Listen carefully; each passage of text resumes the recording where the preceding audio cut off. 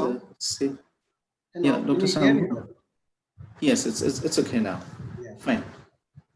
Right. So that's all. Yes, definitely. It's time, I think.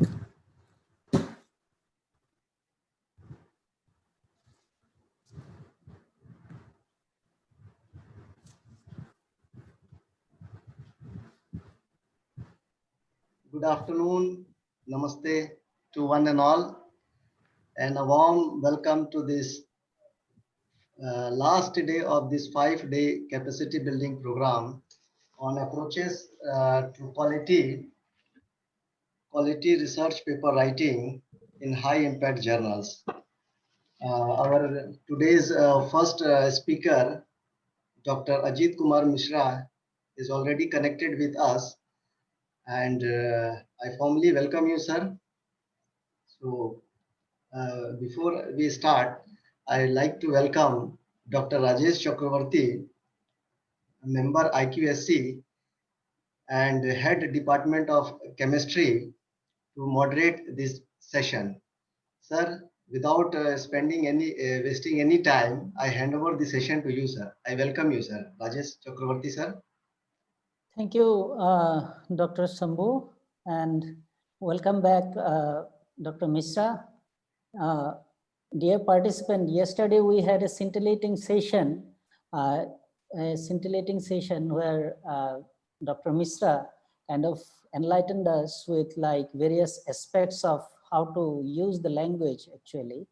I being from science, I learned a lot and hope all of you have learned, and we are fortunate that he would be taking another session. He will deliver another lecture, and his is the first one. So without much ado, I'll like to request Dr. Mishra to start his deliberations. Sir, as usual, we'd appreciate if you keep your talk up to like 40-45, because yesterday we had a like long list of questions which we couldn't kind of take up because of the time. So if you could finish it around 45, then we would like to give more time to our participant to ask questions to you. And participants, you can put your question in the chat box, or you can just speak and put your question to Mishra sir.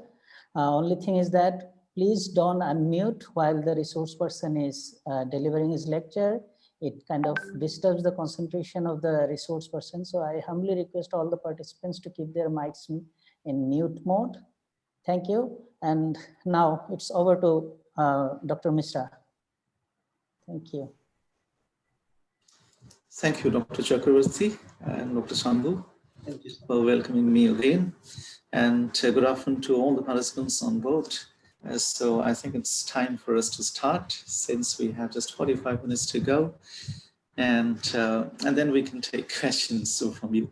As I told you yesterday, that familiarizing oneself with the elements of language, especially academic language, is always going to be extremely helpful for researchers through their research journey.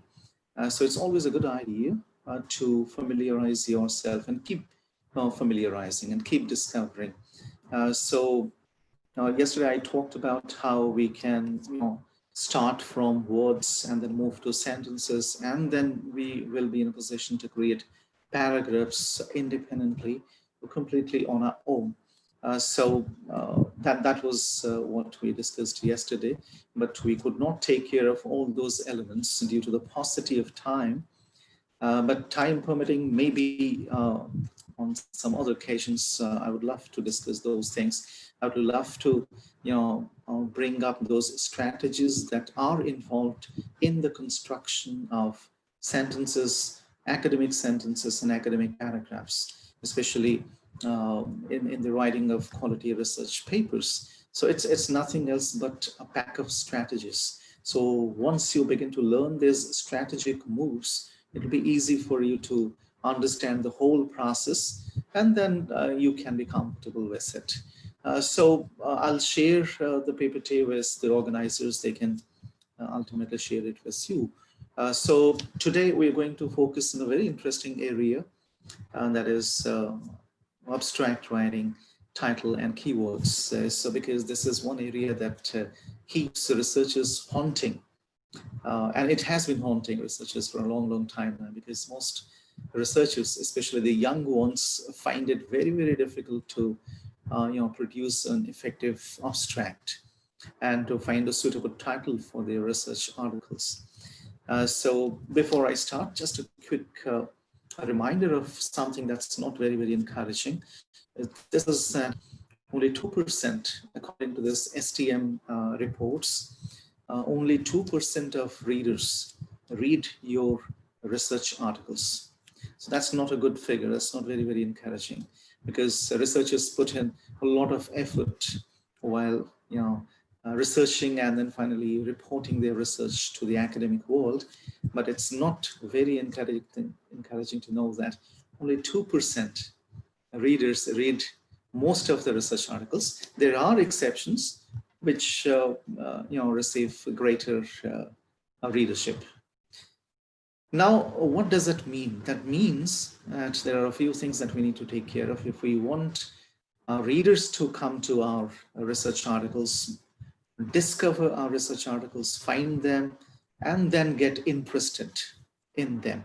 So in order to do so, there are certain strategies that we can employ, especially when we choose a title, when we formulate a title for the research articles, or we create a paragraph that is called the abstract for our research articles, and then the keywords. These three things together can make it happen, because you'll be more and more discoverable through the search engines if we can create these three things effectively and strategically. So that's exactly what we are going to do today. Give me a few seconds to share the screen with you so that we can start.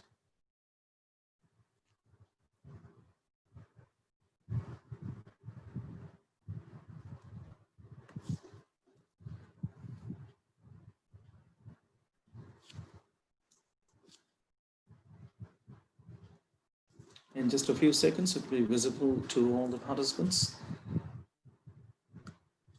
I think it's visible now, Dr. Sandhu. Yes, it's visible, sir. Right, just a moment. I'm starting the slideshow mode, and then we can start. Yes, I think it's visible to all the participants. So we are going to focus on these building blocks of a research article. Yesterday, I talked about building blocks of writing, research writing, which includes words, sentence, and paragraphs. So today we are going to take up these three things, but then I cannot assure you whether we'll have enough time to talk about keywords or not. But in any case, I think we can take care of title and abstract. Okay, so now before we start, let me show this model to you first, so that you can get a quick recap of what you know about research article writing process. So this model is very popularly known as the IMRAD model.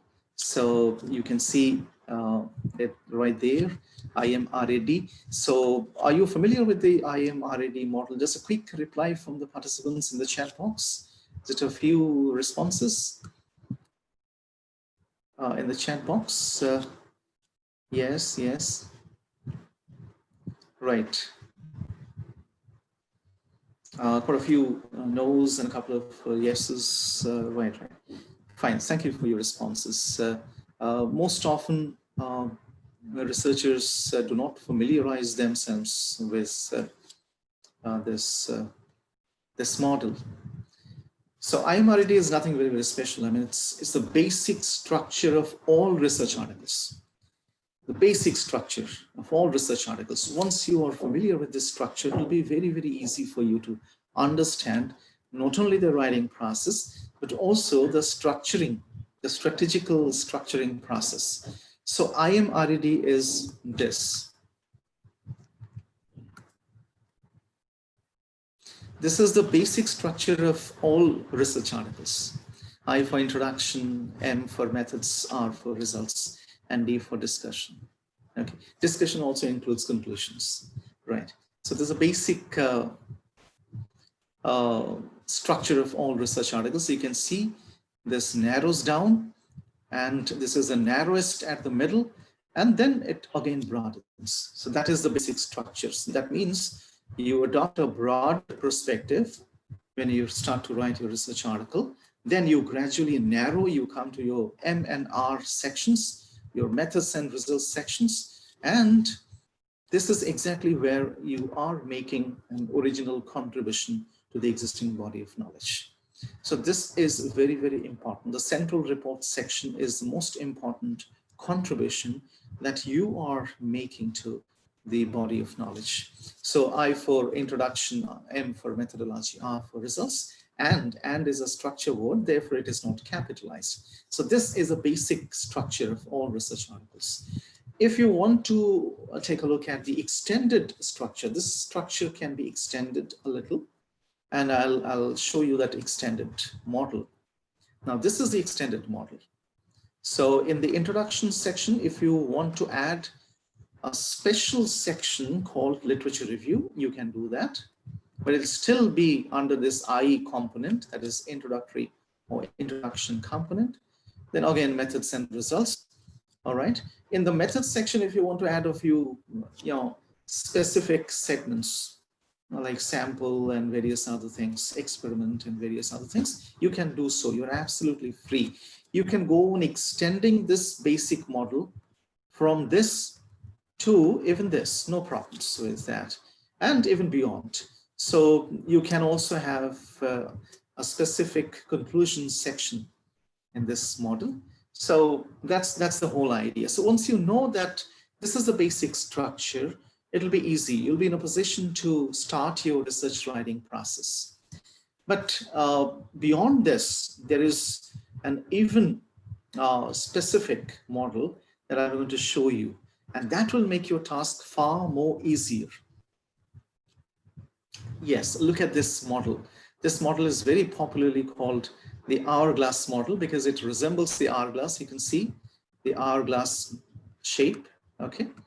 So this is very popularly known as the hourglass model of research writing and research process. So you can see the entire research article right in front of you in terms of the significance and relevance of each of the segments in the research article, starting with title to the abstract.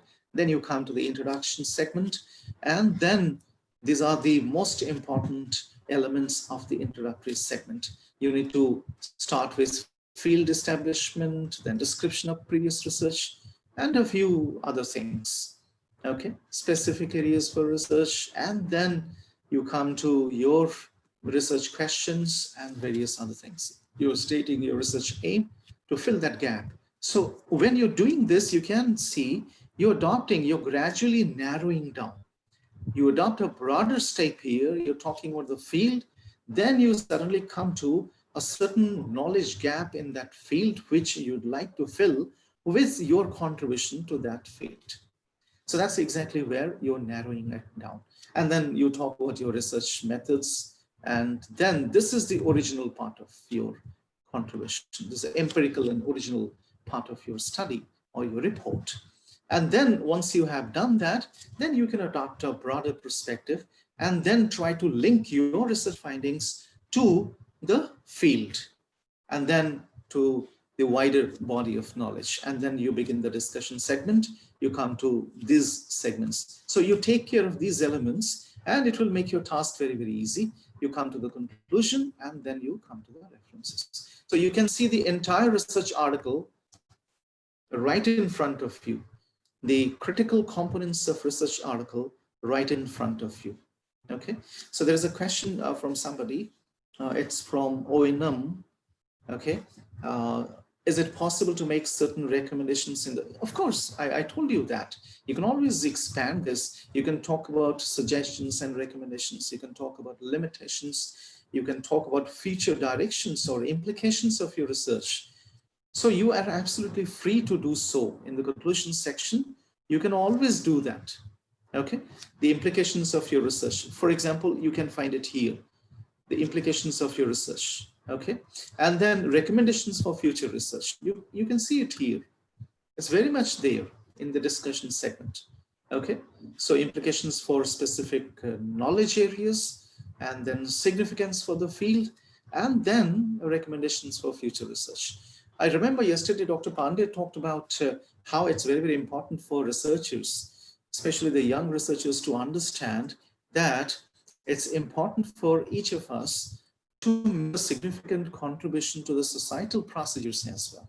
So how our research findings are going to help the society ultimately. And that's one big reason why most funding agencies have appended this particular element in their funding proposal performance these days. So they ask you to write a brief paragraph on how your research findings are going to help the society at large.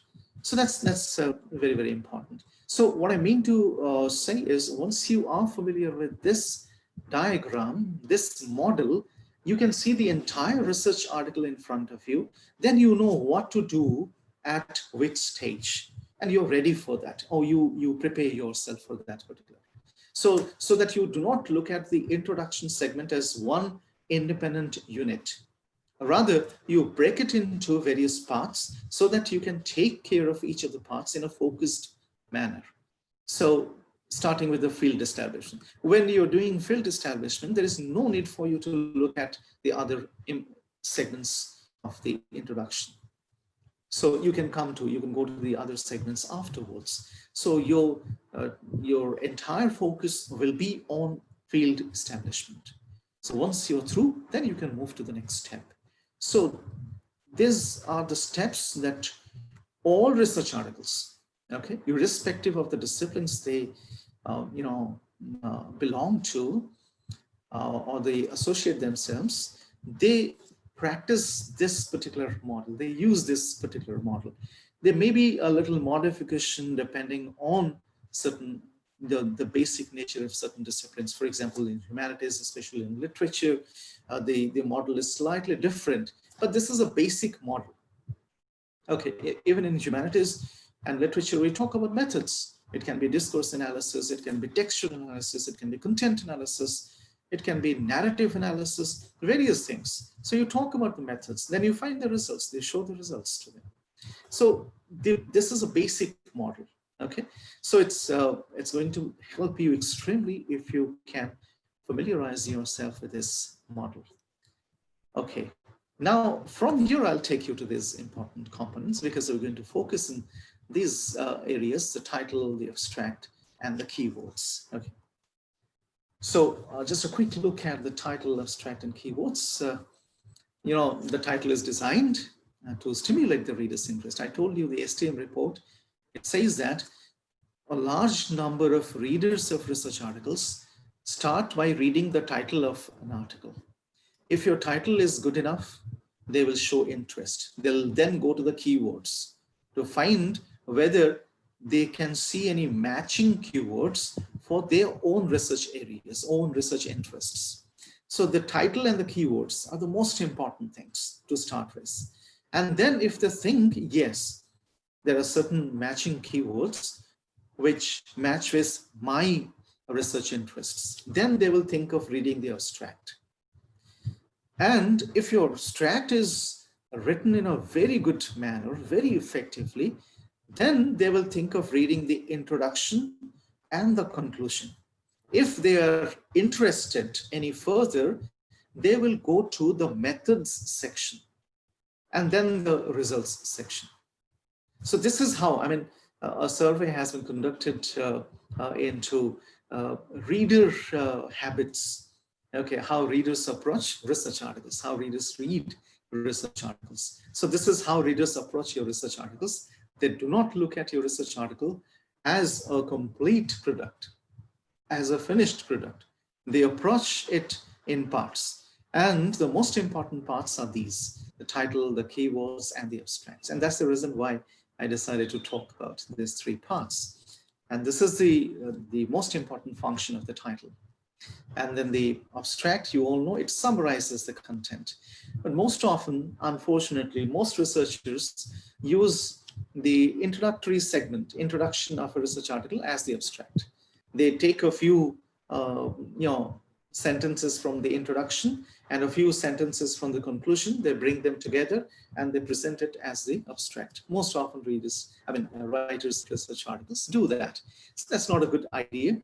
I'll tell you, I'll talk about a few strategies with the help of which you can yourself produce a very effective, a very strong abstract and keyword, and the title, of course. And then the keywords are basically descriptors, because they help your research article to be discovered through any search engine. Because we know when we indulge in Boolean logic or any type of search processes, literature search processes, so we generally search by typing keywords. So if your keywords are very strategically designed and formulated, then there will be every chance that your research article will be discovered whenever somebody tries to look for any research article with a certain set of keywords. So these are the three important functions of each of these elements. So the first one is designed to stimulate the interest of the reader, not attract. Many often I ask researchers about their opinion or their views about the function of the title. They say the title should be very attractive. The title should attract the readers. So attract is unacademic. Okay, it's not an academic word to use. Instead, we can use stimulate the interest of the readers or the scholars, researchers. So with that, I'll quickly take you to the title itself. So we all know that an effective title needs to be concise, clear, and interesting. And most of you are probably familiar with the length of a title in terms of the number of words. Can you quickly write in the chat box, what is the ideal length of a title? Universally, the ideal length of a title. It can vary according to the disciplines and if the in-house style of a journal permits that. So can you quickly write in the chat box the ideal length of 12 to 15? Dr. M.K. Das has written 12 to 15. And anybody else? Quickly in the chat box. Okay, fine. So whatever, 12 to 15, 10 to 15, and then I feel the same, 10, 14, 8 to 10, 300 words for intro. We're not talking about the intro, we're talking about the title. This is the length of the title. Anyway, up to 20 words, fine. So the title has to be concise, clear, and interesting. That's the first thing. The second is it should predict the content. Okay. Now you think of a strategy which you can employ in order to formulate a title that can predict the content of your research article. Okay, that's a very challenging one, although it's an interesting one. Okay, it's a very, very satisfying one. So it should predict content. And then it should reflect the tone. I was talking about hedging yesterday. Hedging, you can look for hedging yourself in the internet. So hedging is a strategy that most young researchers employ in order to avoid direct criticism or harsh criticism. Okay, so I have somebody who has raised a hand. Please reserve your question for the end. Okay, we have reserved a certain time, certain period for question and answer session. So we'll take your question, Mr. Rohit. All right. So this, and then there is a fourth one. It should contain keywords. If not keywords, at least ideas for keywords. That means it should contain certain ideas that can be extended into keywords or extended as keywords. All right. So these are the first most important things that a title should have. So with that, let's take a look at this title. Okay, this title. So does vaccinating children and adolescents with, I have borrowed a lot from medical science journals. So you may not think that this doesn't apply to other disciplines as well. Okay. So look at this title. I mean, what kind of impression do you gather from this title? Is the title, concise, clear, interesting? Does it predict content? Does it reflect a certain tone? Does it also contain the keywords? Now you can take a look at this with all those things in mind. Those are the parameters. Okay. So does vaccinating children and adults sense not impressive? Yes. And you can see there are a few problems. When you look at the title, you feel that it's unnecessarily lengthy. Okay. So this title has too many unnecessary words, which you can think of pruning and editing, and then can create a better title. And then there is another title, which is in fact for the same study, influenza vaccination of children, a randomized trial. So do you think this title is better in comparison with the first one? And this is okay? The second title? Okay, a few yes. All right, the second title looks slightly better because it's suddenly shortened, but then this also has problems. It doesn't give enough information. Yeah, you're right. It doesn't give enough information about what makes the manuscript interesting. So therefore, this also suffers from a certain problem. Now we can go to an example and let's see whether this sounds better or not. Effect of child influenza vaccination on infection rates in rural communities, a randomized trial. Okay. So this title has been formulated by taking into account, by employing a certain strategy, and that strategy is called, I'll come to this strategy afterwards, a little after. This strategy is called RMTS strategy. I don't exactly know whether you are familiar with this strategy or not. Okay, this strategy is called RMTS strategy. All right, I'll tell you what RMTS means and how it is employed in order to create or formulate an effective title. But this title looks good, okay, because this predicts the content and is an effective. It's short, but not very short. It gives you information, it's to understand, and then it focuses on the important aspects of research. And since it takes care of the RMTS model, the strategy, then we can say this is an effective title. Okay, I'll tell you what RMTS, just keep this title in your mind.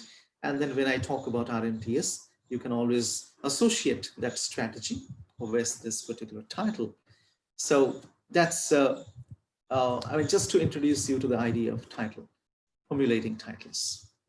Now look at these titles. Now these are the parameters, concise, clear, and interesting. 1, predict content, reflect tone, and contain keywords. Okay, so with these parameters, try to understand how you find these titles. So you can number them 1, 2, 3, 4, and then let us know which title do you find to be better, effective out of these 4. So you can quickly write your responses in the chat box, 1, 2, 3, 4. As I told you yesterday, because I go for a lot of interaction during my sessions so that it doesn't turn out to be monotonous. Okay, right? Most of you say 1, right? Yes, 1 is perfect. Exactly. So I think most of you come from either the sciences or the engineering disciplines. Those who have said yes to 1, okay, those who have picked 1 probably come from sciences and engineering disciplines. Just a couple of responses in yes or no to let me know whether I guessed it correctly or not. Social sciences, right? Last one, yes, fine. Somebody has said it's 4, right? Tranjit Sakia, just please reserve your question, okay, for the end. We'll take it there. Right, fine. That's, I mean, very interesting responses. So no one has picked title number 2 and title number 3. We can understand this cannot qualify as titles. All right, because they do not conform to the basic ideas of a title, especially when we apply these parameters to our understanding, to our evaluation of a title, they do not qualify. So therefore, we reject them straight away. So now most of you are comfortable with Title 1, and some of you are also comfortable with Title 4. So ultimately, it's a choice for either Title 1 or Title 4. Fine. So we'll take a look at it in a tabular form. If you look at this table, since I must make it clear right at the beginning that this doesn't, according to this table, this doesn't qualify as a very effective title. But then most of you picked this title, and you're right in picking so, because if we apply the parameters used in the discipline of medical sciences research, this doesn't qualify as a very effective title. It's a good title, but not a very effective title, because in medical sciences, titles are expected to be a little more interesting, a little more catchy, okay? In medical science, I tell, not in engineering sciences or in basic sciences. Okay, they're not expected to be catchy or a little more interesting. They're expected to be very, very straight. Okay, so this title is a very effective title when we look at it from the perspective or through the lens of engineering and basic sciences, leaving aside medical sciences only. Okay, so that is why it qualifies. And this one, according to the medical science parameters, this one qualifies as a very effective title. Okay, but then I tell you, both these titles are equally effective. If we apply the parameters used in engineering sciences, then this qualifies as a very, very effective title. All right, and these two do not qualify as good titles, okay, as proper titles even. So these are some of the things that you need to, keep in your mind while formulating a title. Does it predict content? Does it look interesting? Can it stimulate the interest of the readers? Does it reflect the tone of the speaker? What kind of tone are you adopting? Tone is nothing but your attitude to that particular research. Okay, your attitude to that particular research. So, and that's exactly where hedging also happens. Because if you do not have a very strong attitude to that particular research, then you'll always indulge in hedging. Okay, I'll come to that question. Somebody has asked that, can title have a question mark? I'm coming to that question. Okay, right away. Yes. So elements of a good title for scholarly publication. Look at this. Look at the length. Most of you, answered it correctly. 10 to 15 words or 31 to 40 characters. Okay. It may slightly vary. Some journal editors say that it should be 10 to 15 content words. Some others say that it should be 10 to 15 content plus structure words. Structure words, those preposition in articles taken into account. So if it's longer than 15 words, then it's not treated as a good title. But I must tell you again that if that in-house style of a journal allows you to use a longer title, there's nothing wrong. This is a general principle, a general rule that's prescribed. But then if the journal accepts longer titles, there is nothing wrong. You can go ahead with a longer title. So then punctuations like these are encouraged, but such punctuations are generally discouraged. Because the moment you use question marks and exclamation marks, you're indulging in rhetorical strategies. So rhetorical strategies are not expected in disciplines like engineering, sciences, including social sciences. We can indulge in rhetorical questions or rhetorical strategies while formulating the title of the research article of a literature research article. While formulating the title of a literature research article, we can indulge in this question marks and even exclamation marks. All right. Otherwise, it's not, generally, it's not a good idea to use these rhetorical markers. They are rhetorical markers. Okay. Commas, semicolons, and colons are generally used and accepted. So keyword abbreviations, no, unless it is a very widely popular abbreviation, please do not use it. If you are creating an abbreviation completely on your own, then it's not a good idea to use it in the title. If it's not very widely accepted, widely known abbreviation, do not use it in the title. Jargons are not used, okay? Jargons are generally not used, all right? And then humor, big no. Geographic location, there are exceptional situations when this is permissible, it can be allowed. But then if you use geographical location, you'll always run the risk of limiting your research. Since most of us want our research to be generalized, from, I showed you that hourglass model, now you know that from particular, it is again generalized. From general to particular, and then from particular to general. That is how a research article moves.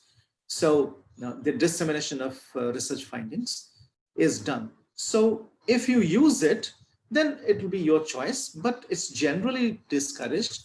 But I don't say that it's a big no. It's not a big no. You can use if it's absolutely essential.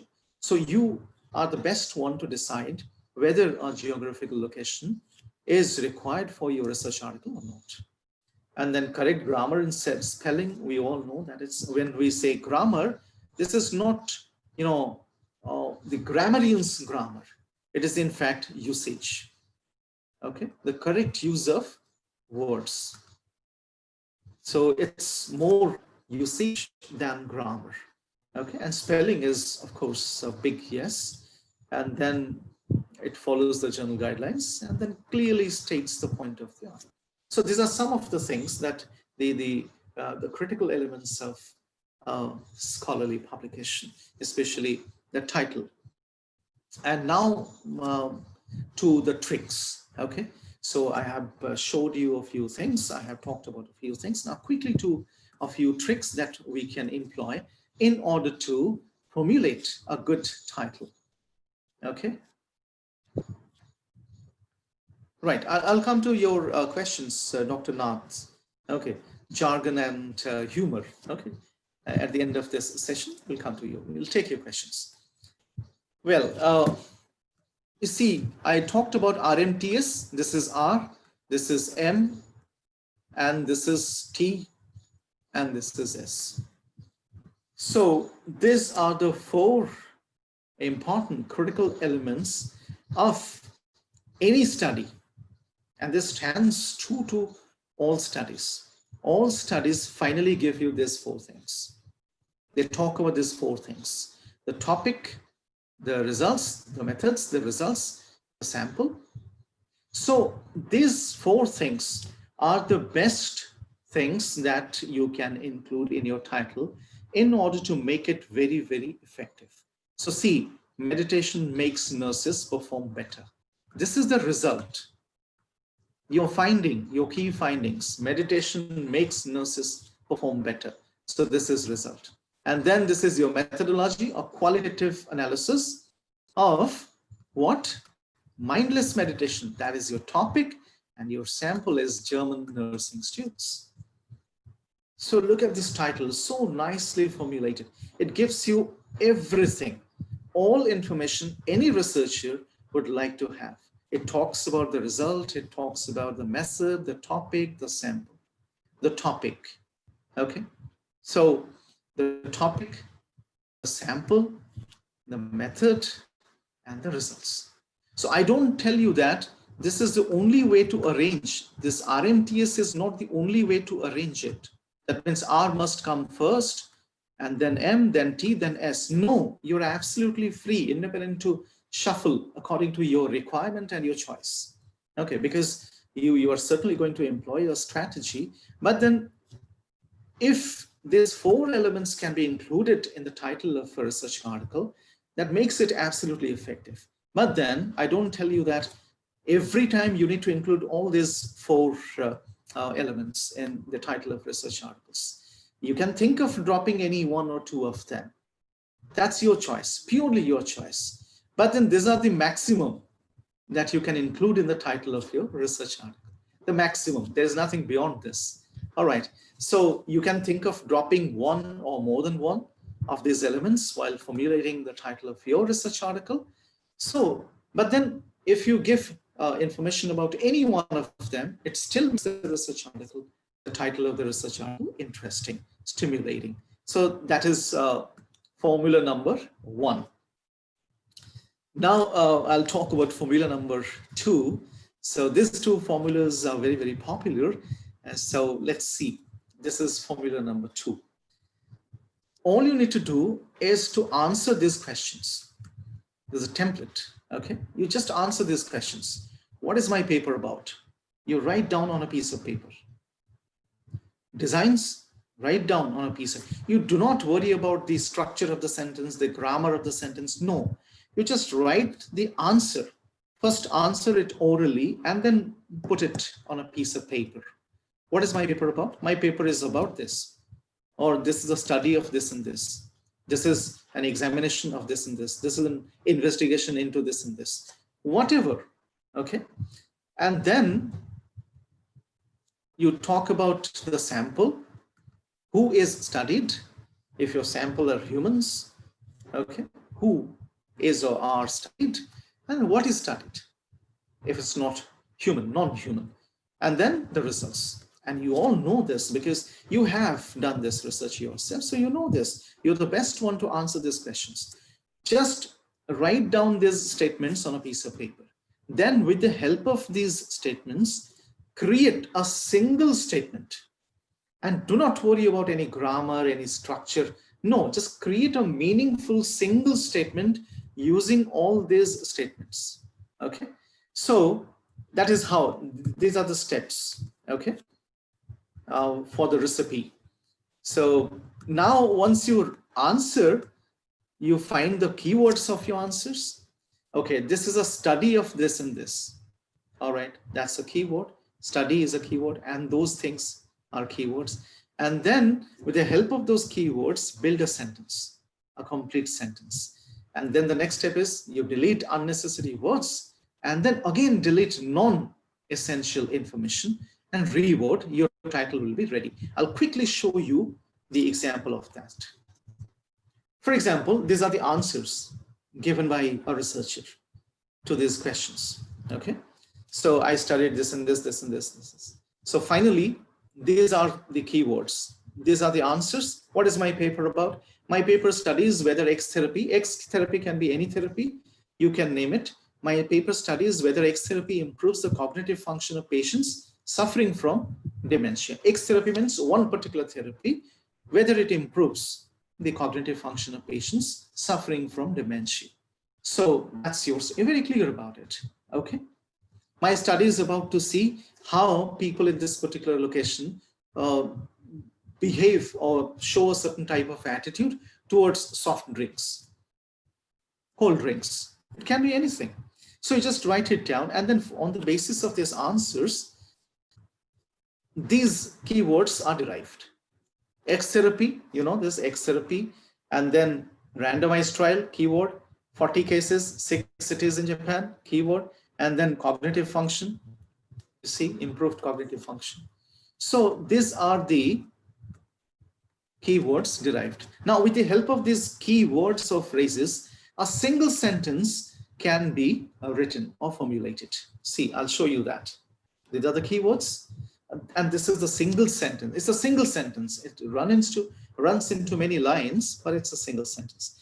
This study is a randomized trial that investigates or examines, you can also write, whether X therapy improved cognitive function in 40 dementia patients in 6 cities in Japan.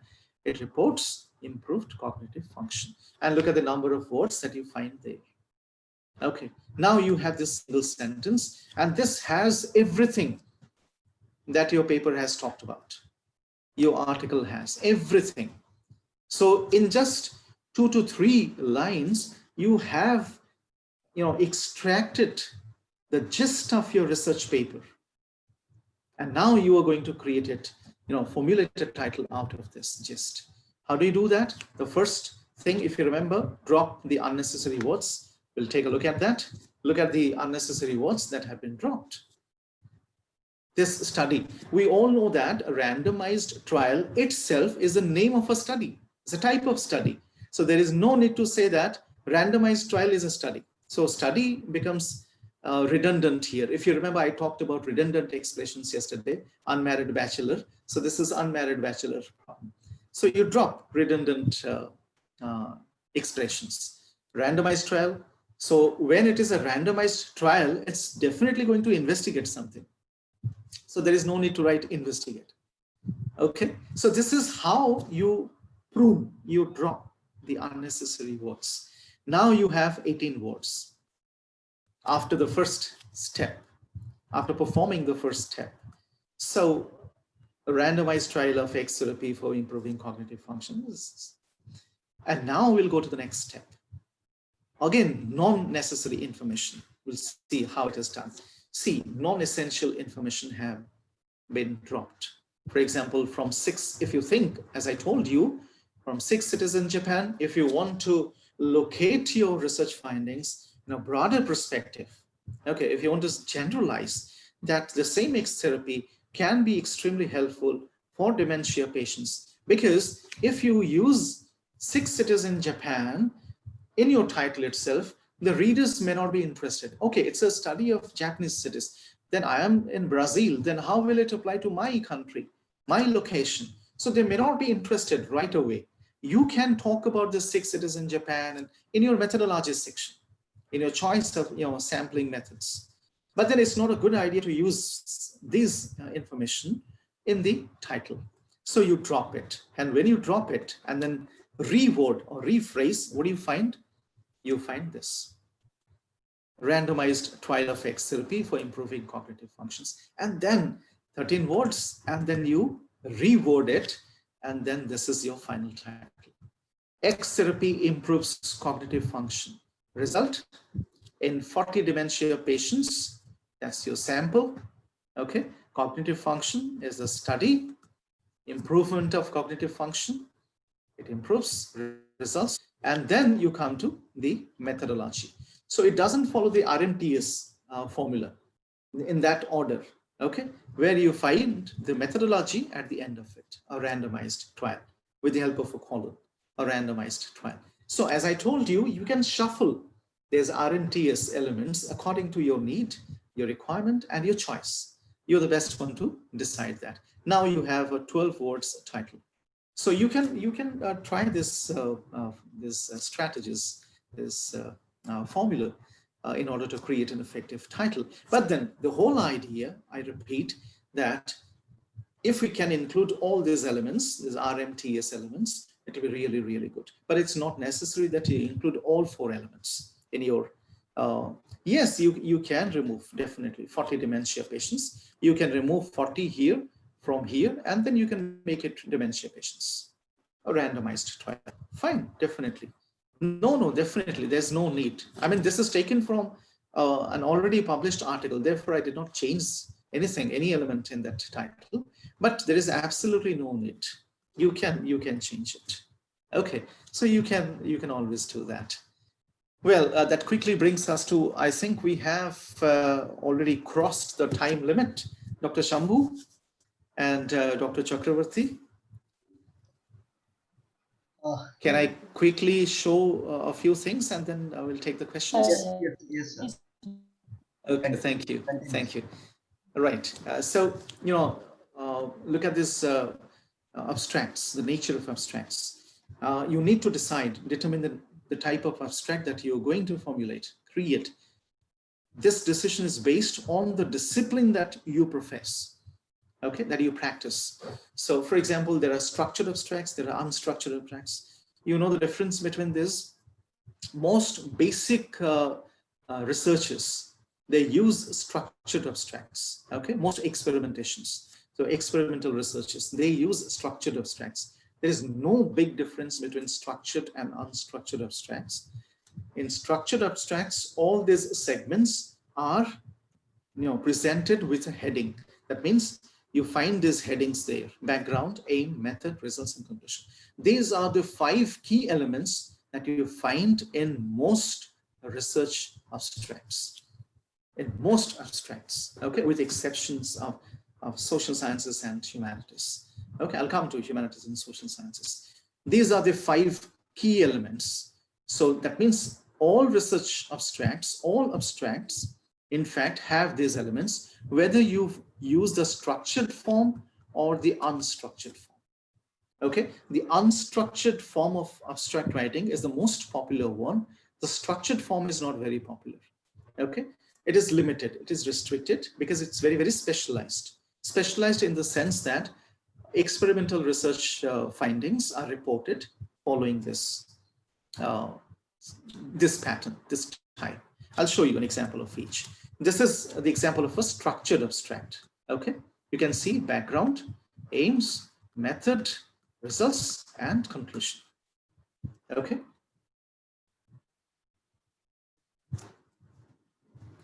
Okay, I'll come to that. The thesis title and the scholarly, article title, the difference between. So please reserve your questions. I'll come to them quickly. So this is the example of a structured abstract. You can see the same abstract has been converted into an unstructured abstract. There's no basic difference, no change of words, no reshuffling of sentences. The only difference lies in the headings. So structured abstracts are very, very clear. So most researchers prefer structured abstracts, but they are not popular. We prefer because it's very important. It becomes very easy for us to understand what the paper talks about. If you do not have enough time to read the abstract, then you can always read the aims and the methods first. If you're interested, you read the results. So structured abstracts make the task easier in comparison to the unstructured abstracts. So this is the basic difference. And then the templates for writing abstract, how to abstract. In the same way, there is a formula, as there is a formula for formulating a title. So you first ask this question: what is my research problem? And then the research questions, and then the literature review. You identify only a few things, that's all, nothing else. And then you go to the next 2 things: the methodology that you have employed. What kind of methodology is that? Because you're going to talk about the methodology in the abstract, whether it's qualitative, quantitative, it's critical, mixed method. So what kind of research is this? Is it a case study? Is it an experiment? Is it a survey or any other thing? Okay.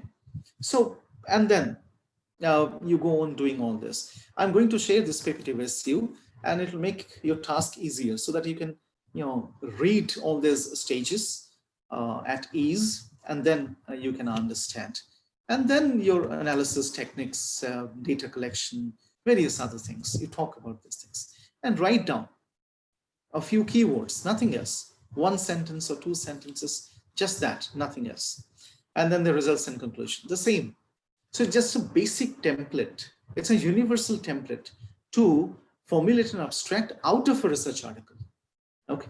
So most often we ask our research scholars to do this exercise for us. We give them a few research articles without abstracts, and then we ask them to create an abstract out of the research article by following these stages. Okay, so you can do this for yourself as well.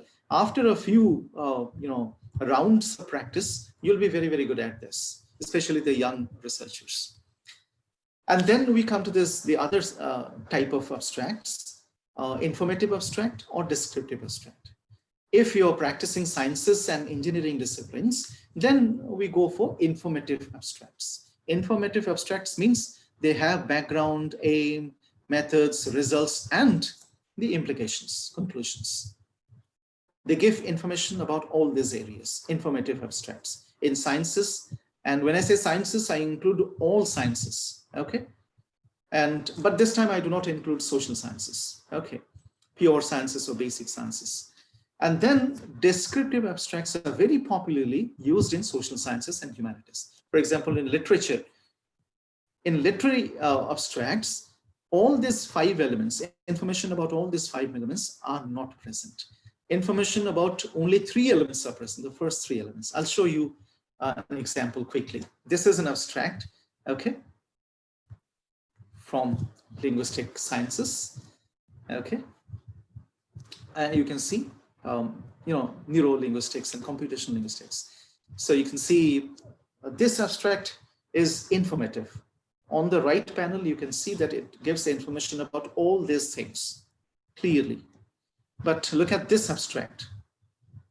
This abstract doesn't give all those information. It gives information about the first 3 elements only. So this is an instance of an abstract from social sciences or any other discipline apart from the sciences and engineering disciplines. Okay. Right. So, and there is a third type, which is very, very popular these days. Most, journals are encouraging graphical abstracts this way. Even Elsevier has also started encouraging graphical abstracts. And then Cell Press has been encouraging graphical abstracts. So it's kind of infographic. All right, but then we're not getting into the details of this. I just wanted you to know what graphical abstracts are so that you can explore information about this particular type of abstract on your own. So there's just an example, one taken from Elsevier, the other taken from Cell Press. Okay, the example on the right, I mean this one is taken from Cell Press, molecular cell. You can see the details here, Cell Press. And then the graphical abstract on your left is taken from Elsevier. Okay, so this is how a graphical abstract is created. You don't have to use words to talk about your research aim and findings and methods. You just create an image and everything is conveyed to the editors and the readers. Okay, and this is emerging as a very popular mode of presenting our abstracts. Okay, our key ideas to the academic world. And these are some of the useful softwares with the help of which you can create graphical abstracts, starting with a basic software that is MS Paint to Dr. Chakravarti. People in chemistry use this software extensively to create graphical abstracts. ChemDraw is very, very popular, especially for people into chemistry. And CorelDRAW, and then as you move, Inkspace is a very, very popular. This is an open source software, you can use it. And then this is a paid software, Adobe Photoshop. With the help of these things, we can create graphical abstracts. And then see how to write an abstract. These are the things. If you take care of these things, these 5 things, nothing else, why are you writing that research article? The problem, the methodology, the results, and the implications. Just 1 or 2 lines or sentences for each of these questions and your abstract is ready. So this reverse outlining technique, you can employ this reverse outlining technique and then you can take care of it. But I think we have already overshot the time limit. So this is the time we stopped and take a few questions. So as I told you that it'll not be possible to take care of the keywords. Maybe some other time we'll take care of the keywords. So thank you very much for your time. Now we can take those questions. And there is something else that I also want to tell you, that we cannot take all those questions right now. But then if the organizers can collect these questions and if they can share these questions with me, I can write them back. Okay, I can answer those questions and share it with the organizers afterwards in a day or 2. Okay, thank you, Dr. Mishra. Thanks for your very stimulating talk. I think it has been a very important session and informative. So if Dr. Mishra is willing, we can take like a couple of questions. I have kind of noted some, but like the difference between scholarly article and thesis title, I think. Exactly. You can throw a light. Others are like trivial questions. So, do you want me to answer this question? Yeah, please. The title of a scholarly article and the title of a thesis. The biggest difference is that, when it comes to scholarly articles, everything that is produced by the student as a young researcher is treated as an academic paper, including the thesis. That's also a piece of, I mean, multiple academic papers are brought together, combined in order to produce a thesis. So, and then when you go beyond these lines, you enter the zone of academic articles or research articles. I, in fact, explained the difference between research papers and research articles yesterday. So, the thesis titles are longer in comparison. They do not conform to this this limitation, okay, of 10 to 15 words that has been set for standard research articles. So they can go a little longer, and plus they are more descriptive in nature. The titles of thesis or dissertations are more descriptive in nature in comparison to the titles of research articles that are more informative in nature. So these are some of the basic differences. And the thesis title can always go beyond the limits. There is no such limitation. I mean, as long as you're in position to justify it, you can go, you can accept that limit. So that's the basic difference. And there's a strategic difference as well, as I told you. They are more descriptive in nature. For example, a study of this and this, an examination of this and this, and various other things. Yes, did I answer that question? I hope the person who asked is satisfied with the answer, I think. And as I mentioned, like many of the participants are asking for your email, sir. So if you have no objection, we would share your email so that they can kind of write to you at any time. And yes, I'd also like to thank one of our participants, Dr. Vishakha Sen from Amity University, for keeping the chat box vibrant and answering many of their queries, I suppose.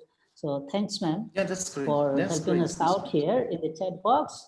And I think we need to listen to Dr. Misra. I think we should invite him for whole 5 days to take 5 day session, because it's so enlightening and interesting. Like I myself is learning many things. So anyway, time is not permitting, and our next speaker, Nagarkar ma'am, has already joined. So over to you, Shambhu, Dr. Shambhu, to do the Thank you, sir. now. Dr. Iqac. Just a moment. Would you please allow me a moment? I can see a response from Dr. Just a moment. It's from Dr. Shushma. To everyone, perhaps thesis title wouldn't have the results. Exactly, you're right. When I say that it's more descriptive in nature, that's the biggest difference between descriptive approach and informative approach. Yeah. And as I just told that, research articles in especially abstracts in engineering and sciences disciplines, they are more informative in nature. And on the other hand, research abstracts in social sciences and humanities are more descriptive. So that's the difference between informative and descriptive approaches. So that's the reason why thesis titles do not contain the results. That's one reason. Yes, you're right, Dr. Shushma. Thank you. Please, Dr. Shambhu. Thank you so much, sir. So nice presentations, enlightening session, and we have learned a lot. So after this lockdown lift, we'll plan to have a workshop like that for 5 days or like that session, so that we can learn a lot from you. Thank you. Thank you so much, sir. So our next thank you very much. Dr. Shubhodhan Nagarkar has already joined with us. So without taking much of time, I would like to introduce and welcome you, ma'am, in our session. Dr. Shubhodhan Nagarkar is a Fulbright scholar and currently assistant professor, Department of Library and Information Science, and coordinator, Center for Public Ethics, Savitribai Phule, Pune University, Pune. She has been instrumental in creation and maintenance of the research portal of Savitribai Phule, Pune University. She is a recipient of travel grant from National Science Foundation, Ford Foundation, OCLC USA, and GBIF Copenhagen. Her work has been published by Current Science, Annals of Library and Information Studies, Library Review, Library Management, Sage Publication, etc. She is also a yoga teacher. I welcome you, ma'am, and and and ma'am will be talking on the topic that is publication ethics and research metric. I welcome you, ma'am. Thank you so much. Over to you, ma'am. Thank you. Uh, Thank you so much. And I would like to thank Dr. Professor Saket Kushwaha, the Vice Chancellor of this university, then Pro Vice Chancellor, organizers of this workshop, and FDP. And mostly that I'm very much happy to share what I have learned. And I'm also coordinating the UGC cell for journal analysis, but I'm not going to talk about UGC care list today. So maybe before that, I want to talk about what my experience last 25 years, and after working on this area and especially journal analysis and many more earlier, I want to share what is the problem with researchers and how they can find out their research and they can measure the productivity of their own themselves, or maybe a productivity of research productivity of their individual research or institution or as a department or state or nation finally. So let us start working on let us start talking about it. So I will share my ppts and let me see.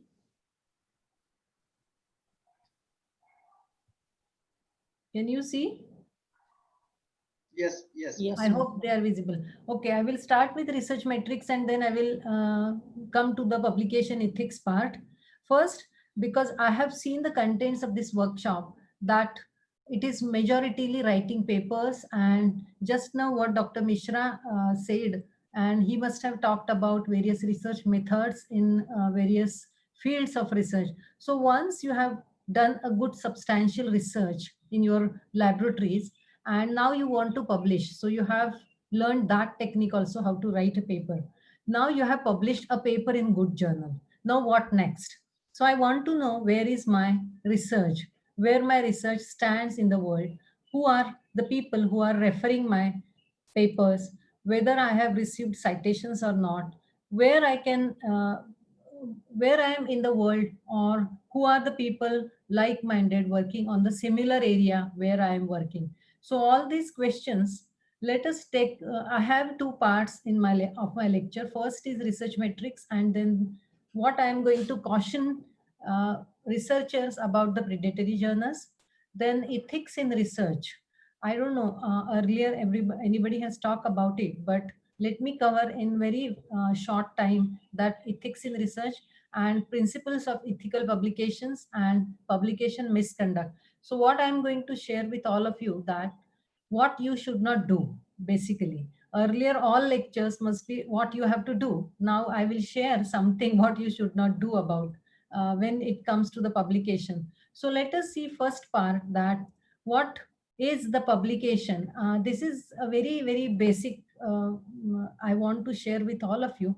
It is, we all are known about this, but let us refresh it so that you will understand the severity of what of the publications. So publications are the sociological foundation. For example, if you see this is very interesting figure I found in KM article long back in 76, that whenever personal knowledge we share or we record, I record my personal knowledge because I have understood something from the nature. Now I am documenting it. So I documented it and I have given it to the society back. So the society read, or people from the society, they read my personal knowledge, which I have documented in the information format, and they read it.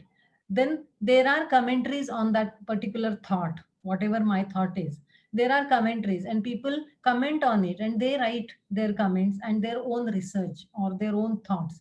So my personal knowledge go to the society by various other ways. Earlier it was through publications, and now we have several other media and channels. Again, this social knowledge somebody else read, and it becomes personal. So each and everything what we are publishing has a social foundation, because you have to remember whatever you are writing is going back to the society, and society will grasp it or access it the way they are understanding again, and it goes to the someone else's. So this process is going on, and I think I forgot to write here that libraries stand in between these two knowledge, and whatever in the form of books, whatever it is recorded, knowledge recorded in information format or in the form of information, it is documented in a books and maybe in some other area, other format. And therefore libraries are very, very important. And in case of libraries, I can say publications are very important. Whatever you are writing, going to the society, just you have to keep this in mind, and then we'll move further. So come back to the original our topic, research metrics. Now I have published a paper, standard publishing practices I have followed. I have done everything. I have sent my paper. It goes to the reviewers. Reviewers have maybe accepted. They have sent back to the revision. I have done the revision and now it is published. So what are the criteria I have to count my research? So it is in the form of citations, how many people they have referred my paper and cited it in their papers. Based on citations, there are many more metrics they are counted. So citation is a very basic thing. Then impact factor and H index, which is counted based on your citations you have received. Then there are different publishing models you have to remember. And I will talk about open access publishing, what open access publishing is, because there are many myths about open access publishing. Among many people, they thought open access means everything is free, and that is not true. We have to pay for it, and somebody has paid for somebody has to pay for uh, that publication. May not be yourself, but someone else, maybe your institution. So nothing is free also, that we have to remember. Then hybrid publications, what do you mean hybrid publications? Article processing charges, what do you mean, and who has to pay for that? And then come to the predatory publishers, very important criteria and important part of this lecture. So I think all of you should focus on that part, equally other parts, but that is very important because you are going to share your research through to the society through carrier like a publication. And that publication, if it is not good, and if it is publishes anything without editorial or authentication, then it will be harmful to the society. I will give you some example, very maybe some good examples all of us know, but we have to check, we have to look at from different angle. So there are general questions in researcher's mind, that how to select a good journal for my publication. What I need to check. What is a predatory journal? And then, just a minute. What is an open access? What is an index journal? Whether I am publishing my paper in a journal, whether it is indexed in any database, or what do you mean index database? Is a Google, my journal is, I have published in a journal which is indexed in Google. So whether Google is indexing database or not, what is Google in Scholar? I have to check.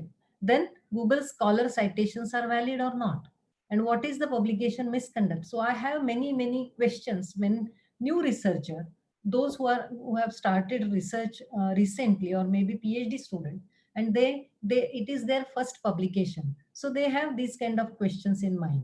So what is an academic journal? All of us are familiar with this. Is really little basic I am talking, but time is to again study this because of lots of predatory and false publications. So academic journal involves three people, uh, like academicians, editors, and reviewers. So it goes, academicians do a research, they write papers, it goes to the editor, editor send it to the reviewers, reviewers review it, they come up with questions and they may send it for the revision, and then revised paper is again submitted to editor, and then it gets published. Maybe 2-3 revisions you have to do. That indicates the reassessing your research, what you have done. It is critically checked by experts in the field, and that is why it is called peer reviewed. Many times I came across that people are not understanding what do you mean peer review. It is reviewed by experts in your particular field. Then it uses a standard form and standard styles. You have to write in specific format. You have to write your bibliographic references in a very standard format. It has some types setting. It has some rules for authors. It gives guidelines to the authors, and it has some policies like ethical policy, publishing policy, and some other policies that you have to check. And then it goes to the referee. Referees are also from your subject area. So based on their recommendation, then your paper get published. Those journals who are following these standard practicing process are the academic journals. So each and every academic journal should follow these standard practices. So be careful when I will give you some examples later on. So I will skip this. Come to the now research metrics. Research metrics is, as I said, citations for your paper are important one, and those are the basic uh, quantitative method that will give you that, oh, my paper is referred by 100 people. That means it is good. My paper is referred by 200 people, 300 people, and maybe but there are different citation numbers. Google Scholar, I'm getting, for example, 100 citations. And then Scopus database, I have 50 citations. And if that journal is indexed in Web of Science, then I have maybe 30 citations. Why this difference is? We will talk about it. So citations are the explicit linkages between two papers. If you see this figure, you will see one paper is referred by many other. And if you see these lines, that indicates that wherever there is a commonality in research topics, you cite that paper because you found that this is the earlier research has been done. Now I am doing some next part of it, and I have indicated what is the future research also. So when there are two papers cite each other, there is a common linkage between these two. Otherwise, if without linkage it is cited, it's of no use. Then citation index is built around these indexes. So it is initially created. Whenever we talk about citation index, we should remember this name particularly, Professor Eugene Garfield from US. And he started working around these linkages when there was no computer. So he took some 600 journals from biology area, and he started working on checking at cited references. He started checking linkages between, and then he come up with printed citation index. And then over the time, advances of technology made it available online. So it was on print. Earlier it was in print format, then on CDs, then maybe DVDs, and then now it is completely online, but of course subscription based. But these important linkages are important, should be studied, so that you will understand who are the groups, who are the first, who started working on this idea, who are the pioneers in this field. So you will get many things out of this. Just so if you search on Google and if you search in Web of Science, you will get more relevant references than Google Scholar. So why author cite? Why we have to cite? You are paying homage to the pioneers, giving credit to related work, identifying methodologies, providing background reading, correcting one's work or work of others. Of course, many papers are correcting earlier work, identifying original publication in which area or concept was discussed, and disclaiming the ideas or work of others. And that is why you cite. So if you don't cite, and if you cite blindly, then it's of no use. Then whatever your publication, if anybody refers, they will not reach to the original idea. So what do the institution want to find out from the citation metrics? Institution wants to know where university stands, what is the university ranking, how universities researchers they are performing, who are the competitors in my area, what can university forecast, how can university forecast the growth, and which are the center of excellence, what are our citation ranking. Like your ranking is one of the criteria for university rankings is citations.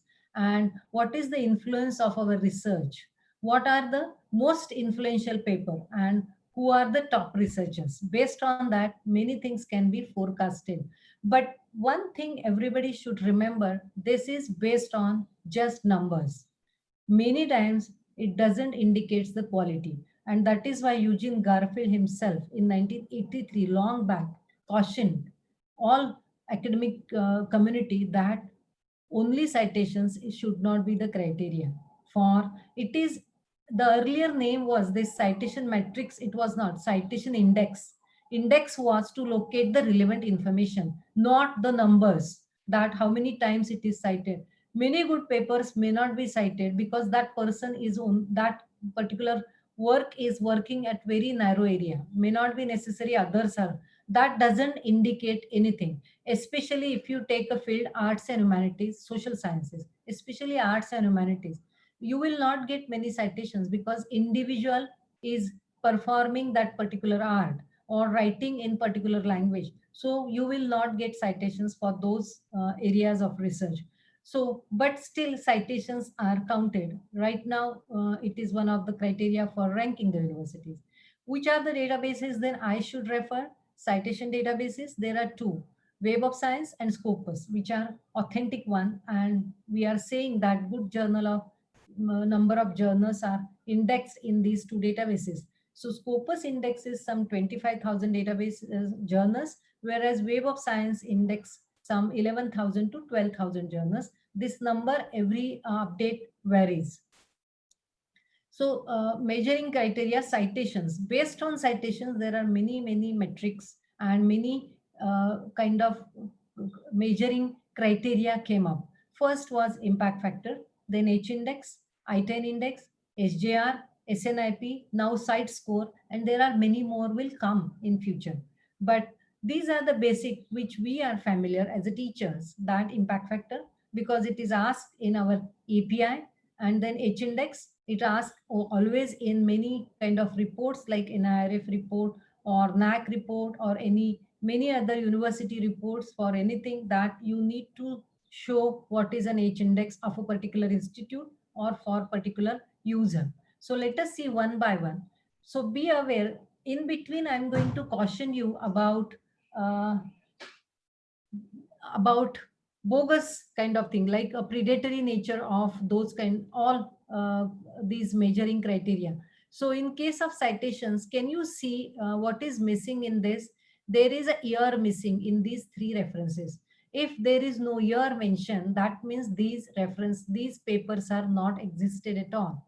These are some bogus citations, but people cite these papers and then they write papers based on these kind of citations, and someone else cite that paper, and then these are bogus citations. So be aware whenever you are citing.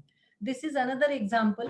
This particular reference which is cited by 970 times, it is given in the template of the Elsevier Sciences, one of the papers. One of the paper, not one paper, but it is given in author instructions manual.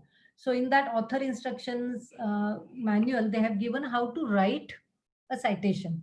So this is given an example. This paper is not existed at all. I have checked many times. This paper is not at all there. But still, somebody has picked up that citation and cited it and then published the paper.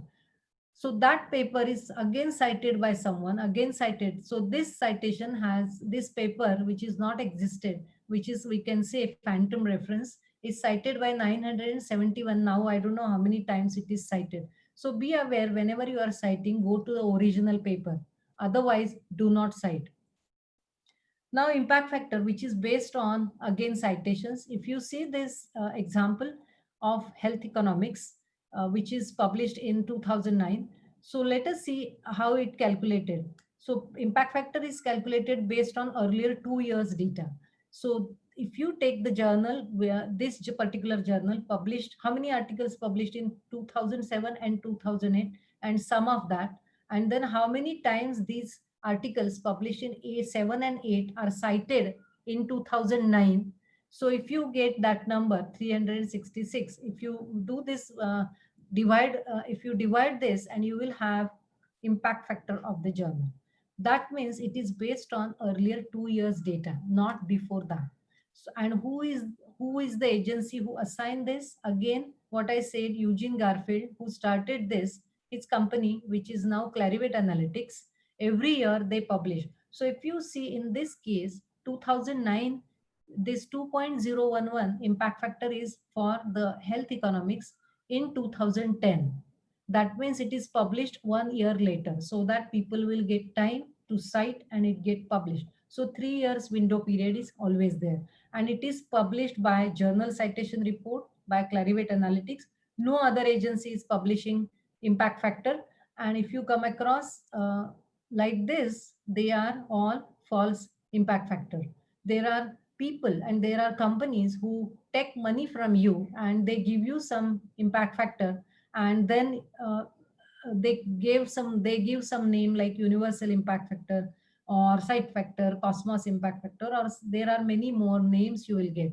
So these are false impact factor. Only one agency is responsible for giving you, because when you go to Web of Science and check your paper, if you have your paper is appeared in journal which is indexed in Web of Science, and if you check on number of citation, if it is 10, and if you click on those 10, you can see those who have cited your paper, because it is very transparent. If I say, can I say there is a print journal and which is not available online at all, and print journal has 10 impact factor, how can you collect the references or citations of that print journal? We do not know. And if any print journal is giving you such kind of impact factor, so don't fall prey with this kind of journals. H-index. H-index is again another criteria which is very, very popular these days, and it is one of the measuring criteria of individual researcher. So if you take, this is an example, it is very recent as compared to citations and impact factor.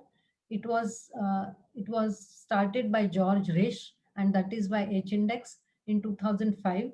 So it gives you if you see this table, number of articles, this is one of the researchers, 10 papers are, if you consider, these 10 papers are arranged as per the citations received. So paper which has received 20 citations is at the automatically first. Accordingly, in descending order, if you come to seventh paper, then it is cited 8 times. That means you can say H index is 7, because when H index is 7, you can say that this particular author has published 7 papers cited by 7 and more times. So that is why it is 7. If you go to 8 paper, it has received citation, 2 citations. You cannot say that 8 papers received 8 and more than 8 citations. You cannot say this. And that is why H index is 7. So 7 papers received 7 and more than 7 citations. I hope this is now clear. If you have still questions in mind, you can write it in question answer in that window. There is again misconduct in H index. What is that? That researcher can cite his or her previous research several times. So I'm doing self citation. I'm citing my papers every time, and I'm increasing the number of citations. When your number of citations increase, your H index increase, and that is why self citation is comes under misconduct. Not that I'm going to talk about self citations and what does it mean in some of later my slides. So you have to be very careful whenever you are citing your own paper. This is a similar H index. If you take 3 researchers and all of these 3 researchers have impact H index 5, though they are different in getting citations. So their papers receive different citations and different number of papers they have published, but still you can say all these three researchers have H index 5. This is another criteria which is based on again citations, that is source normalized impact factor, because there is always a discussion about social science and sciences, because social science and humanities and arts humanities, these two branches of studies, they do not have journals as compared to the science area, science discipline. And that is why there is always a discrepancy in these two areas, that science journals have more impact factor, but social science journals, they do not have. And that is why Elsevier has come up with source normalized impact factor. It's a big calculation which is given on their website, but they give you ready-made this SNIP values. So if you say check the first journal is from mathematics and second is molecular cell, that is from biology. So mathematics also have less number of journals. So if you see the SNIP, they are similar, like 4.0 and 3.8. So they have normalized it. Similarly, if you see clinical chemistry, impact factor is 4.3, but SNIP is 0.78. So it normalizes, but still these are not used. NAC and some other forms, they ask SNIP, but I don't know how many of us know about this. Now come to the next part, is that open access publishing. What do you mean open access publishing? And as a researcher, you should know about what does it mean? So there are two routes. I think if I start talking on open access, I need one whole day. And there are many things that I have to share. But because of time crunch, I'm going to talk about very important things that you should remember. So there are two types of journal and color coded. First is golden route and second is green. So green is our traditional journals publishing model, that you send it to the print journal. Print journal will send you, after following standard publishing practices, it will come for revision, you submit it, and it will get print in printed print journal. And if you want to have, now because of technology, you can get PDF file immediately from publisher. So where can I keep this, my PDF file? Can I share it with others? Can I send it across to my friends? So no, you cannot send that as it is, because you are then violating a copyright law. Can I keep it on? Then ResearchGate. So you have to check what are the publisher policies. And there is one site called Sherpa Romeo Project, where you will get publishers' policies about the archiving of your paper published in the journal.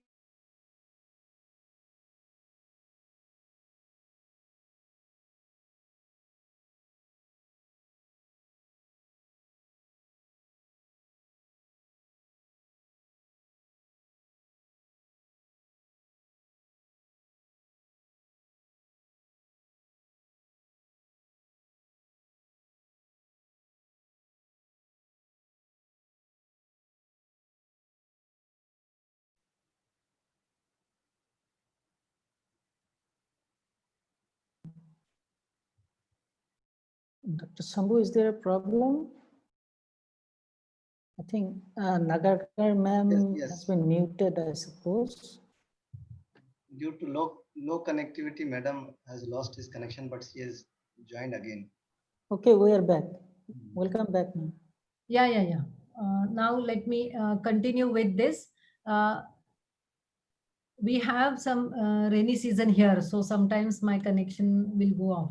So this green route allows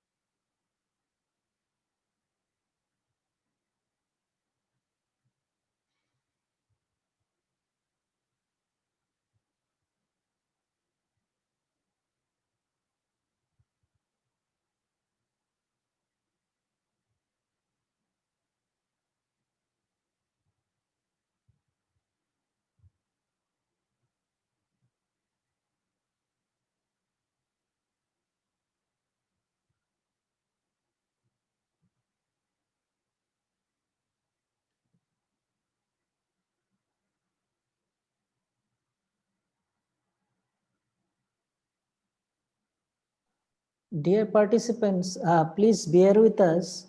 I think we have lost the connectivity with Nagarkar ma'am. So we'll see. We'll see if she can join. As she said, that it's heavily raining in Pune actually, and that's why I think there is some network issues.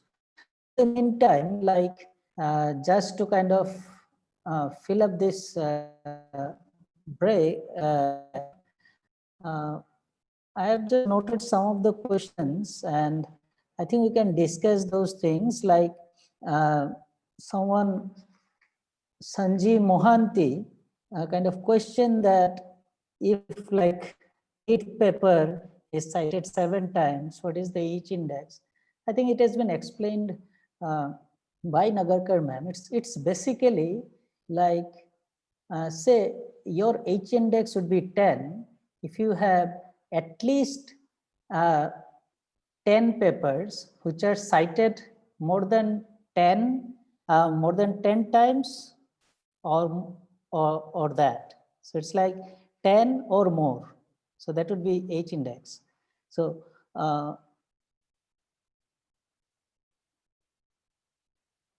so we'll also put this question to Nagarkar ma'am as in when she's able to come back.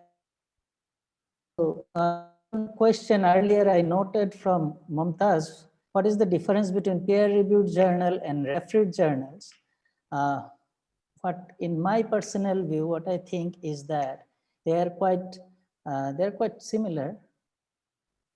Only so she being able to join, Sambhu?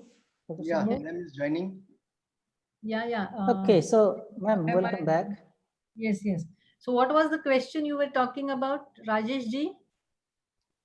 Yeah, actually, some of the, because you were out, so I just Mm. thought kind of keep engaging. So someone kind of asked it like, what is the difference between peer-reviewed journal and refereed journal? Okay.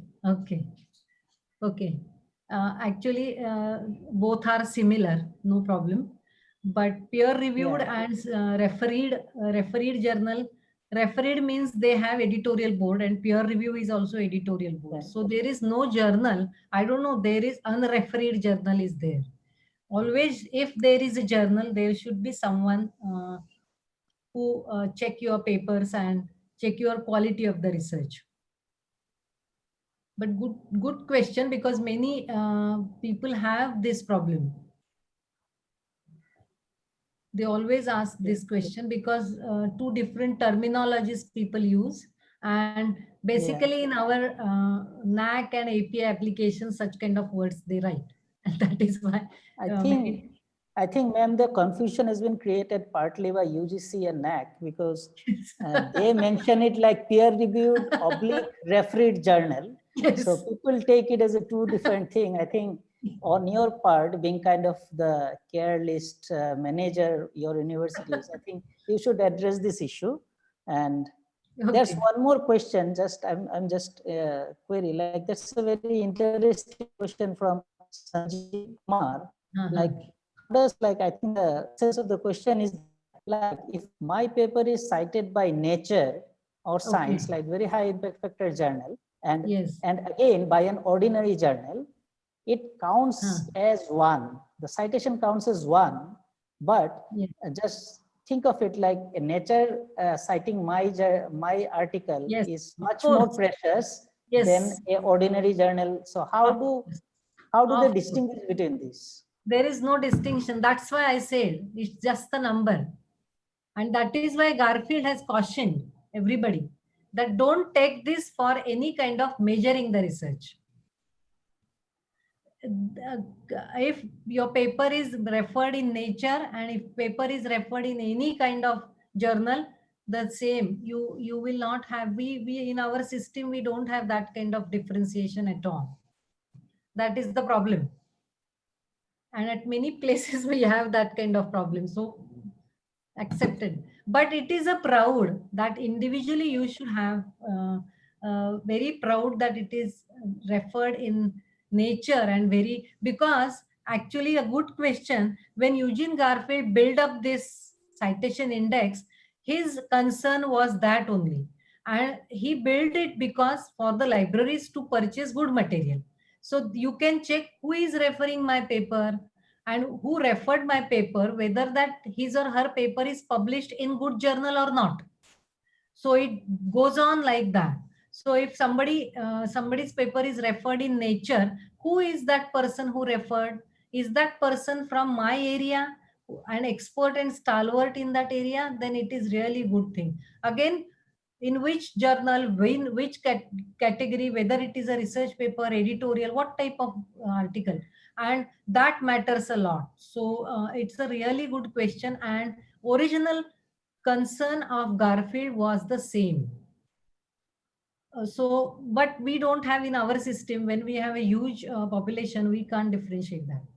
And that is why just a number. Thank you, ma'am. So if you are ready to continue with your presentation, Yeah, please, yeah, ma'am. yeah. So article processing charges are again this gold open access, which is gold open access, which is completely based on article processing charges. It is open and there is no print counterpart for this. You will not get print journal in case of gold open access. So they survive on APCs, article processing charges, and you have to only, the difference, keep in mind that you have to pay only after accepting your paper, and there should not be any submission charges for your paper. So if you go for example, as compared to our traditional journals, there are less number of journals which comes under gold open access, but the number is increasing since last 3-4 years. If you see PLOS, the nature group of publishing, they have come up with several journals. So maybe 2000 3000 journals are nowadays, at least currently, are available under gold open access category, and there you have to survive. These journals are survive only on article processing charges. So if I have to publish, for example, these are some of the examples: PLOS 1, ACS Omega, scientific reports, and there are, I don't know, gold open access journals are there in social science, arts, humanities also. But if you check, their APC charges are so huge. They start from $1,500 to 3,000. That cost 1 lakh to more, or more than 1 lakh. And that is why you should have a good project in your hand, and in that your project you could pay these charges. So your university is paying these charges, those, that means they should have provision for APCs for your researchers. And publishing in these, again, very people think this is very prestigious, but a lot of papers published about the quality of these papers, and may not be always novelty paper, but they are good scientific papers. That's what people are saying in literature. So open access, you need to remember green and gold. Now indexing databases. So journal is indexed in Scopus or Web of Science, or there are 5,000 indexing databases. Nobody aware about it. But if you go to check Gale directory of databases, you will find out that there are 5,000 databases in this very small area, and journals are indexed in those databases. When they index the journal or select journal in database, they check many things. For example, they check publishing timeline, journal reputation, whether journal meet basic publication standard, journal workflow and processes. So there are Scopus has its own criteria, Web of Science has its own criteria. Similarly, UGC has its own criteria for selecting the journals and indexing the journals. So if journal pass into those criteria, they keep it in their database, or they remove it maybe next time, or they will not select the database at all. So Web of Science has come up with emerging source citation index. So they keep watch on these journals in this emerging source database. If they follow standard practices last 3 to 2 years, they take into the main database and they assign JCR based on, or they assign impact factor. So your journal become eligible for impact factor only after 2 or 3 years from maybe ESCI database of Web of Science. These are some standard indexing databases. There are many more databases, and each and every field has database. Now come to the research ethics and integrity. Main part of this lecture. So what do you mean ethics? That ethics is a study of a good, the good, as in what's truly moral, good or bad. So we know what is good and which is bad. And we teach actually students and our kids when they are very small, maybe 1 year old. So people always after my lecture, somebody we discuss that ethics should be taught when they are kids. So what is good and what is bad, and what should not do, what should be followed. So ethics is just keep remember good and bad. Then integrity, that means if you integrity refers to the wholeness or intactness or purity of anything. That is, your research has based on honestly, you have done very honestly, your research has a purity or intactness or wholeness. So if you see the musical work might be said to have integrity when its musical in structure has a certain completeness, that is not intruded upon or uncoordinated or unrelated musical idea. Something which you like very much, that has integrity. And something which you may not like or has some questions, you have to check whether it is honestly done or not. Then research, I will not go into the what do you mean research, that it is something individual knowledge you are adding to something new, and again you work on it and add something new, your own opinion and your own judgment.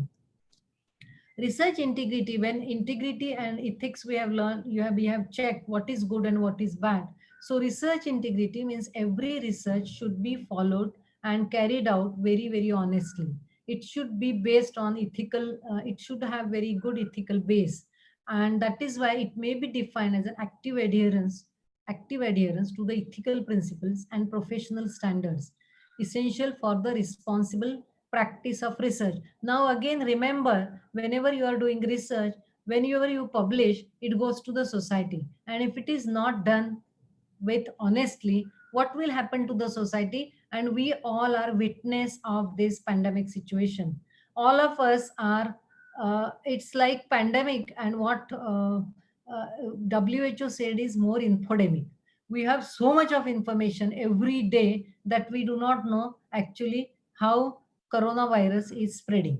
Somebody is saying through paper, somebody is saying through food products, somebody is saying it stays for 24 hours, somebody is saying. If you ask and do a real survey in the society, people give you different answers, because whatever they are looking at it, whatever source they refer, or whatever source or personal contact they seek the information, that is their own idea about the virus. And that is why it is called infodemic. That, and that is why research in, at least it should not come to the research part. Research should be based on very ethical practices, should follow honesty. And we have many I have one or two examples. So research, responsible conduct of research should have honesty, accuracy, efficiency and objectivity. uh, I have given the reference. So I will not go into all this, but I am going to focus on responsible publication. Let us see, what do you mean the ethics and publication? So it's a deliberate and systematic consideration or moral problems arising in connection with the publication of a scientific research. So if, how to find out whether research is not done ethically, and you will find out many ways, and that's what we will check it out in some other slides. So publication misconduct, that falsification, fabrication, plagiarism, multiple submission, redundant publications, unfair authorship, uncleared or undeclared conflict of interest, human animal subjects violation, plagiarism, and some other frauds. There are many more frauds, whatever they are in the mark in this time and from since long back. So let us see this FFP. It is fabrication, that means results are made up, that you have not done actual survey but results are made up. And falsification, that you are misrepresenting the data what you have collected, you don't have time to write it way, or you don't have time to focus on standard practices. You are very much hurry in publishing, I want publication, and so you do falsification. Many times image manipulation comes under this falsification. Plagiarism, as all of us are familiar, and it's a theft of intellectual property. It's a theft of somebody's ideas, or it is copy of somebody else's paper as an entire paper and saying it is my idea. Then again, you have to look for, you have to be very careful in permission and copyright and funding, acknowledgement for these three things. And maybe each of every work image table, if you are referring from someone else, you have to take care of copyright. Then plagiarism is again, if you I will not spend much time on this because time is less and connectivity problem is here. So if you refer Committee on Publication Ethics UK, who is a standard setting body, and if you go to their website, they have very small tutorials on publication ethics. So they have given that somebody's presentation, or it's actually the plagiarism, the Latin and Greek words means kidnapping, that you are kidnapping somebody's idea, not the text but idea. It is more on idea, but we again go about copying the text, data, images, words from someone else's. Self plagiarism, as I said earlier, it is a misconduct. Somebody, many times, as when doing research and working in a center for publication ethics, we do a lot of work. If time permits, I will talk about it, what kind of work we are doing. And it's a first kind of center in the university, and we help in plagiarism. And then we came across many examples, and I read about it in articles and papers and journals, that self plagiarism is that I have done some research earlier and now I am copying it every time, instead of writing new thing, and then I publish every year new paper, which 80% of this is earlier of my work. So that should not be there. And then that is a misconduct when you want to increase your number of citations. But there are something that this is recently UGC has come up with initiative that self plagiarism is banned by UGC, and UGC will come up with what kind of percentage, how much percentage self plagiarism is allowed. So the latest notification is that self plagiarism is misconduct, and what is not considered for as a self plagiarism. So if somebody has delivered a speech and converted into article, is not self plagiarism. Article, journal article reprinted in a book or book chapter in another book, but with due acknowledgement. But that is another kind of thing, that library is purchasing two books having the similar kind of chapter. So that is another area we have to check. But in that case, when it is acknowledged, it is not. Then translated work, copyright text, that's self publication but not violating the copyright of publisher, self citation, and that is allowed. Questionable research publications, there are some more examples that other fraud I have mentioned. Simultaneous publication, submission of manuscript in 2-3 journals, then duplication or triplication, redundant publications, self-plagiarism, salami publications, questionable authorship, sloppy research. If you see this, there are certain guidelines provided for reusing your earlier work. I will not go into this, but there is another area that you should be very careful creating, or about Creative Commons licenses. Many websites, in case of open access, they have given this orange color CC, that Creative Commons. If you see, there are 6 different Creative Commons licenses, and all researchers should know this, because whenever you are taking some material, some from other persons, thesis or dissertation or any kind of published material, you have to, and if you found this, if you find these kind of symbols and signs, you go through it and check how much reference, and of course you have to give reference for that particular text if you are taking it from somebody's work, but check what kind of license if they have assigned. And this is in case of open access. So open access is not free. It is, you can freely access it but not copy and paste. It does not indicate you can take it freely and show it yours. These kind of licenses you have to check. There are 6 kind of licenses. Then conflict of interest is again misconduct, which that you are working in some company and you are mm, promoting your own product through your publication is not allowed.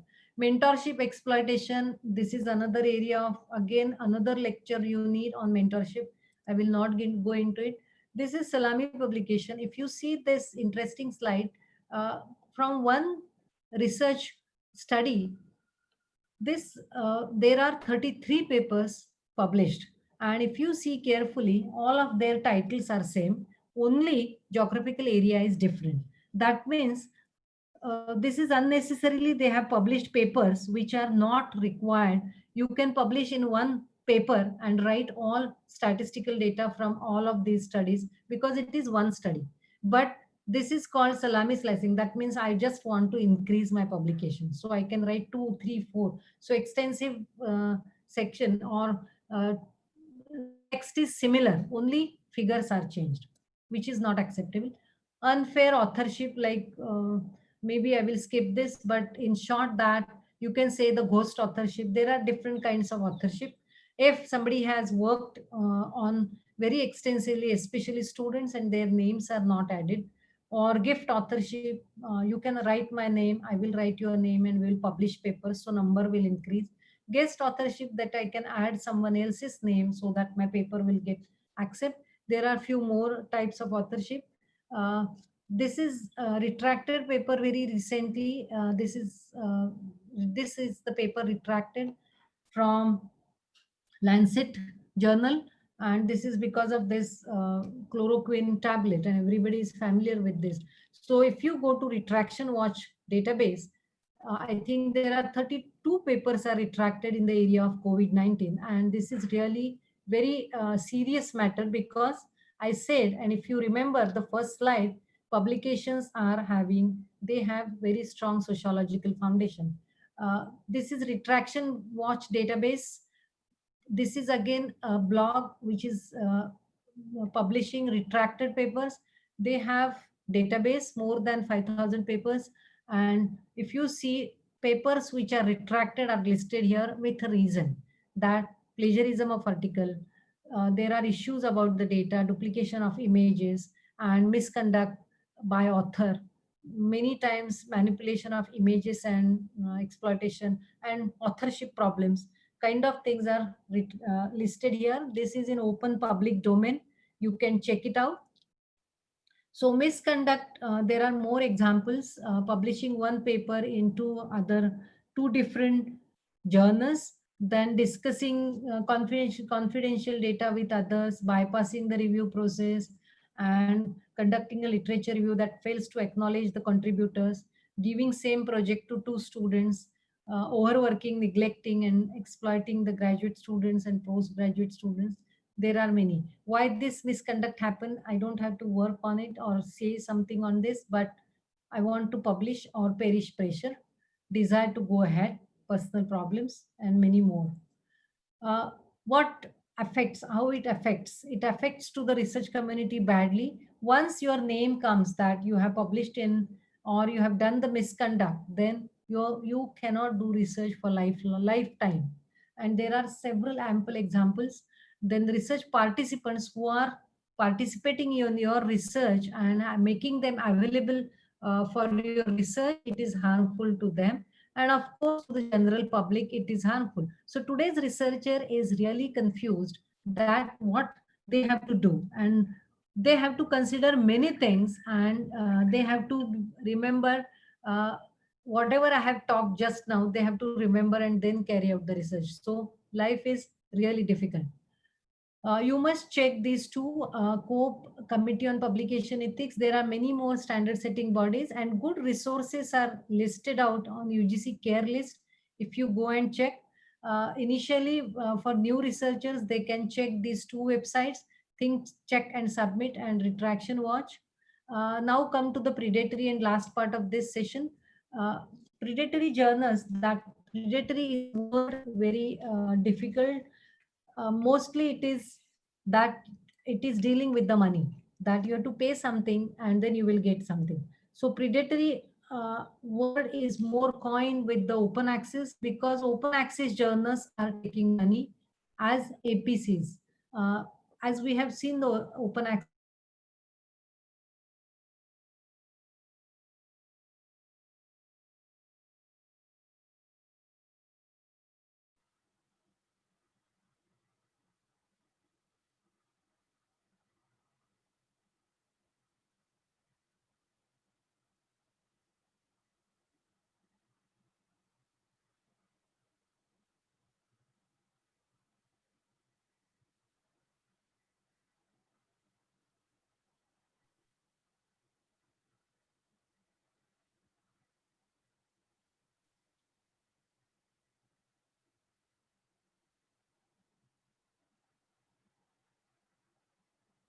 Dear participant, I think we got into the network connectivity issue again with Madam Nagarkar. We are extremely sorry for this. These are technical issues which we often do not have control over. So, in fact, we are very close to ma'am's session actually. So there are like quite a lot of questions which have been like raised, and I think many of the questions are related to UGC care list, and I'd be like happy to kind of read out these questions to ma'am, but kindly note that she, at the prelude of her talk, she told that she is not going to talk about UGC care list, but apparently she being associated with Pune University, all of you want to know a lot about the care list. So she has just joined, so I'll let her finish the thing, and then we can take up one or two questions if possible. Madam, please unmute yourself.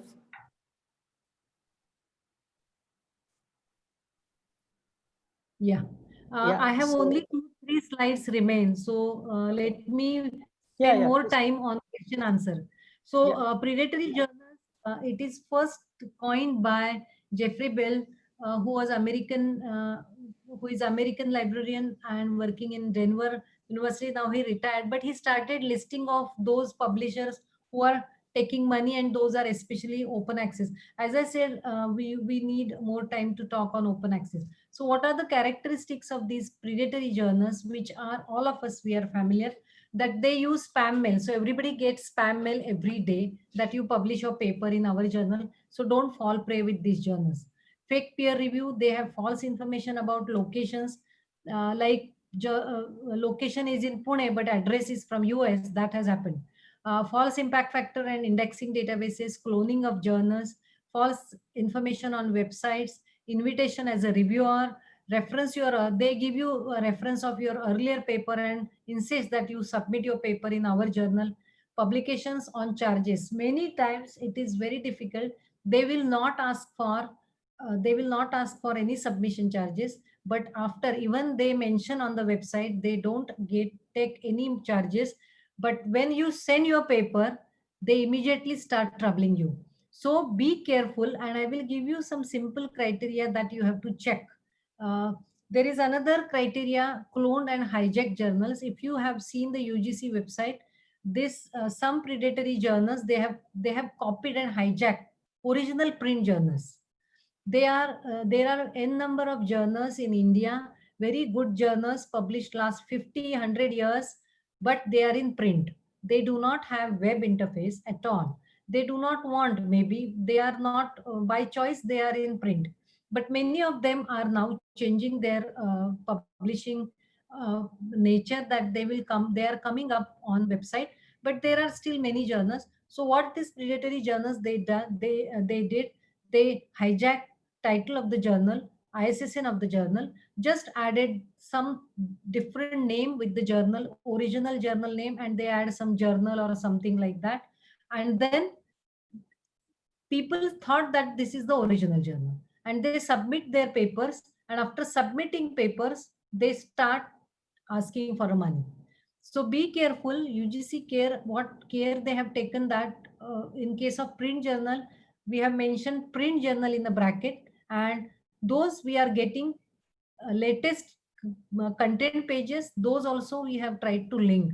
So you can immediately find out that original contents are different, and this clone journals, they are different, have different contents, and they copy the credentials, they pay and publish model they have. There are no contact details, no editorial board, no peer review system they have given. They are in multidisciplinary, so name may be a Sanskrit, but they publish engineering and medical articles. So don't fall prey with this kind of journals. So one of the example, this is Purakala, original authentic journal by Rock Art Society of India, very old journal, but it is cloned by someone. If you see, they have hijacked the ISSN number, put it in that UGC care, and If you see management, social science, STEM, whatnot, all kind of subjects they have added. So don't fall prey, because if uh, UGC has mentioned this is not indexed. Even the name Purakala is original print journal is indexed in UGC, but not this predatory journal or hijack journal or clone journal is indexed. So don't fall prey with this, and UGC is not responsible for this kind of, in if you publish in these journals, it will not get count, but your name will go down because of your publishing in such journals. Because remember, these journals are available online, they do not print. Your name will get searchable from normal Google search engine, and if it is attached with such kind of journals, you will lose your credibility. Especially all those students and PhD students, who those who want to apply outside for postdoc, be careful of this. So some important criteria that you need to check. ISSN is not important criteria. It is just a number. It never reveals any quality of the journal, but still it is useful for the libraries, and that is why it is given. There are many journals even in UGC care list, no ISSN is there. Like there are many language journals in different languages, they do not have applied, they do not have ISSN, but that doesn't indicate any quality. So if you have, if you know any good journal in your area, in your languages, in local language, publishing last several years, and it is a very good literary magazine even, you can send it to us. Then publisher address, check editor address, check impact factor, index journal, publications of chief editor, publication charges you can check, publication, how many, how fast they publish. Many journals they mention, they have mentioned on the website that you submit today, we will publish after 5 days. Do you think is it possible to review your paper in 5 days? No way. So don't fall prey with this short duration publications and journals. Journal back volumes also you have to check. So I want to conclude with that research integrity and ethics and morals in the research should be followed. Publication ethics should be checked properly, that you should avoid, publish ethically, avoid falsification, fabrication, plagiarism, self-plagiarism. Be aware of various policies like publication ethics, plagiarism policy, author paper submission guidelines, identification of good authentic journals. Spend some time on identifying good journal. There are n number of tools available, and you can check with those tools. Or you can write to any of UGC care university. Do not fall prey with predatory and clone journals. Understand the differences between submission and APC charges. Be aware of gold and green open access journals. You should familiar with different matrices like citations, impact factor, whatever I talked. You should familiar with standard setting institutions like COPE, retraction watch, and many more what I have think. So I want to stop with very interesting proverb that spoken words fly away, but written words remain. So be careful, whatever you are writing will remain for future generations. And if it is not ethically written, then you can imagine what will, we will not create any learned society or civilized society, but it will be a confused society, I think. So thank you very much. Now it will be open for question answer. I will try my best. Thank you, ma'am, for your very nice and informative session. Actually, these are some of the questions that is always in the head of like young researchers and even like us. Yes. So we'd like to take a few short questions. Yes, yes. Like as I said, like most of the question relates to UGC care list because you are part of it. So I couldn't resist like putting some of those questions. Like one question is like from Puspa Namdev, and I think it will also answer Dr. Visakha Sen from MIT University, her question. Like, what is the fate of peer-reviewed journals which are not in the UGC care list? Like Dr. Visakha Sen from MIT, she was saying that there are certain journals in English like Muse and then I think Rupkatha, which are like very highly regarded journals, but surprisingly, they are not in the UGC care list. So So, Rupkatha is indexed in Scopus, I think. and It is a part of care list, yes. okay, and then the other one is, I think, Muse India. So those which are magazines are not included in UGC care, but there is a difference in literary magazines. okay, So for example, if you see drama and music, there is good Shruti magazine in music, because music and Indian music especially, we need to have some kind of outlet for writing the research which those musicians they are doing, or on specific music if somebody has written or want to write, we should have some kind of career to document that research. And that is why we found the Shruti journal is very good, though it is because research in drama and arts and language is totally different than science. So literary magazines are considered in UGC care journal list. So if you have any kind of but not the magazines which are general magazines which are giving general news kind of thing, those are not covered. I hope this thank you, helps. ma'am. Thank you, ma'am. Like, there's one more short question, like from Oina Momoton Singh, that how can we know that a journal is predatory or not?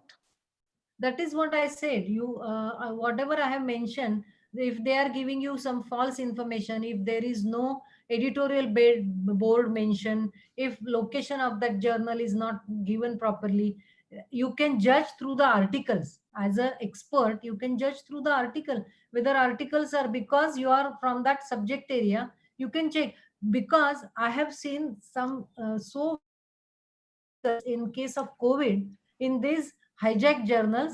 One article I found, there was a title, "What Care You Should Take During COVID." This was the title. And they have written, you have to wash your hand, you have to use sanitizer, you have to do this. Is it a research? It is not research at all. So go through the articles they have written, whether those who are really critically written, you have to check. And there is, in case of science and other, you can check reviewers also. There are like Publon kind of websites where you can find reviewers data, who has reviewed the paper. And that is why we are there is a big movement going on, that Plan S and Plan U, that preprint archives are coming, that you can like physics preprint archive, biology preprint archives. You can archive your paper as soon as you write it down. Once your paper go up on preprint archive, of course they have certain criteria to upload. They will check plagiarism and other thing, then they will upload, but it is not reviewed. So they will assign reviewers online, and you will get their reviews, even you can see them. So the system is transparent. So being a researcher, I think you should go through article level initially. Immediately you can find out from articles this is predatory. Thank you, ma'am. Many of the participants are actually asking for your PPT. So if you have no, Yes, yes.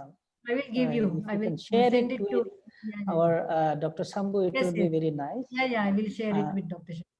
Okay, so thank you, ma'am, Yeah. for your nice, enlightening talk, and we would look forward to listen to you sometime in future, where we Yeah. intend to organize. Me and Shambhu intend to organize a physical, like after like Yeah, yeah, yeah. this After pandemic is COVID. over, where we would definitely like to see you in our campus, where you can directly Yes, interact with the participants. yes, So sure, hope sure. that day would be soon. So with this, Yes. I hand it over to Dr. Shambhu to do the honors of introducing our next speaker, who's our Vice Chancellor, Professor Saket Kushwaha. He's also a professor of agricultural sciences from Banaras Hindu University. And he is invited here as a professor, but not as a Vice Chancellor, as a resource person. So I hand it over to Shambhu to do the introduction. Uh, Thank you, sir. So first, I'd like to thanks ma'am for accepting our invitation and thank you for amazing lectures and discussion. We learned a lot and benefited from your session. Once again, I want to state that we are all most grateful to you on this stage. Thank you, ma'am, and welcome. And for introduction, I call Professor R.C. Parida, Director IQAC and Program Coordinator, to welcome our Honorable Vice Chancellor, Professor Saket Kushwaha, sir. Parida, sir, please welcome. Dr. Sambhu, Yes, sir. good evening to all of you, one and all. I think there's no point, these kind of things are not needed, in our fraternity. We should not do it. We should start leaving all these kind of protocols, right? So, Professor Parida, good evening. I don't want to disappoint you. You can just tell that this is Professor Kushwaha from BHU, that is all. And up to that level, I give you permission. Thank you. Sir, good evening, ladies and gentlemen present in this virtual mode. It's a great pleasure for me to introduce and welcome Professor Saket Kushwaha, our esteemed Vice Chancellor of the Rajiv Gandhi University, Arunachal Pradesh. Sir has given his opinion about not to introduce, but as a protocol and to our satisfaction since IQAC organizing. So I just beg apologize sir, to take a couple of minutes to introduce our Honorable Vice Chancellor and resource person in this concluding day of the 5 days capacity building program. To begin with, when I was going through the CV of our Honorable Vice Chancellor, it was 46 pages. It was a very tough job how to prepare a brief resume. Anyway, it took a lot of time. So I have prepared a brief resume to introduce our Vice Chancellor as well as the resource person for this session. So Professor Saket Kushwaha is the presently Vice Chancellor of the Rajiv Gandhi University in the northeast part of India, that is Arunachal Pradesh, since 4th October 2018. He would be completing 2 years in this 3rd October of this year. During his nearly 2 years career in this university, we have seen visible changes under his able leadership, and his democratic style of management and working togetherness have no way brought in many changes in this university. And going to his SARS careers, you see it is a type of, I can say, use the word like cocktail. A cocktail career of Professor Kushwaha comprising research, academics, as well as academic administration.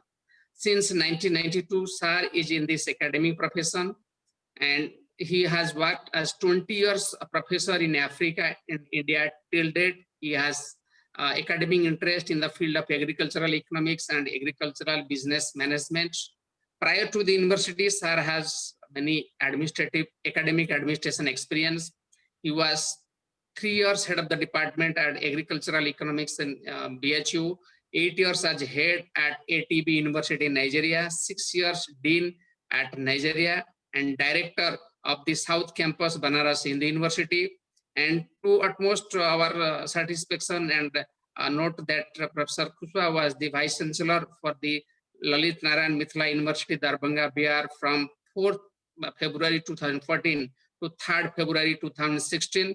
To his credit, Sir has 23 PhD scholars and more than 131 research students projects comprising MBA and agricultural students. And he has more than 18 publications of international, national reviewed, peer-reviewed journals, and more than 12 projects, research projects. The mega project I cite, he had about 10 crore budget allocation for ensuring livelihood and food security, along with other high-value research projects under UNDP, Government of India, and other funding agencies. He had more than 80 conference papers and more than 40 newspaper articles all over India. And he is also the member of respectable 12 professional bodies and has many membership and chairmanship in India and abroad. And also moving to this HARS award, and he has more than 22 awards to his credit. The notable are PM Gold Medal during 2016, Tagore Memorial Award during 2020, Ambedkar National Award 2019, Vidyasagar Award, then Bhumi Nirmana Award, Karuna Maitri Award, and also Academic Award from Penn State Academy, United States of America. Sir has many visiting professorship to his credit in India and abroad also. He was the visiting scientist USA in 2016 and USA Army Lab, Maryland, Rice University, Texas, USA, Air Force Research Laboratory, Dayton, Ohio, and Michigan Technological University, USA. So, sir, with this brief resume, I request our Honorable Vice Chancellor and resource person to take ahead this session. Welcome, sir. Thank you. धन्यवाद. आप माने नहीं. Okay, thank you very much, my esteemed colleagues. Let me greet you. Only yesterday, we celebrated the Teachers' Day.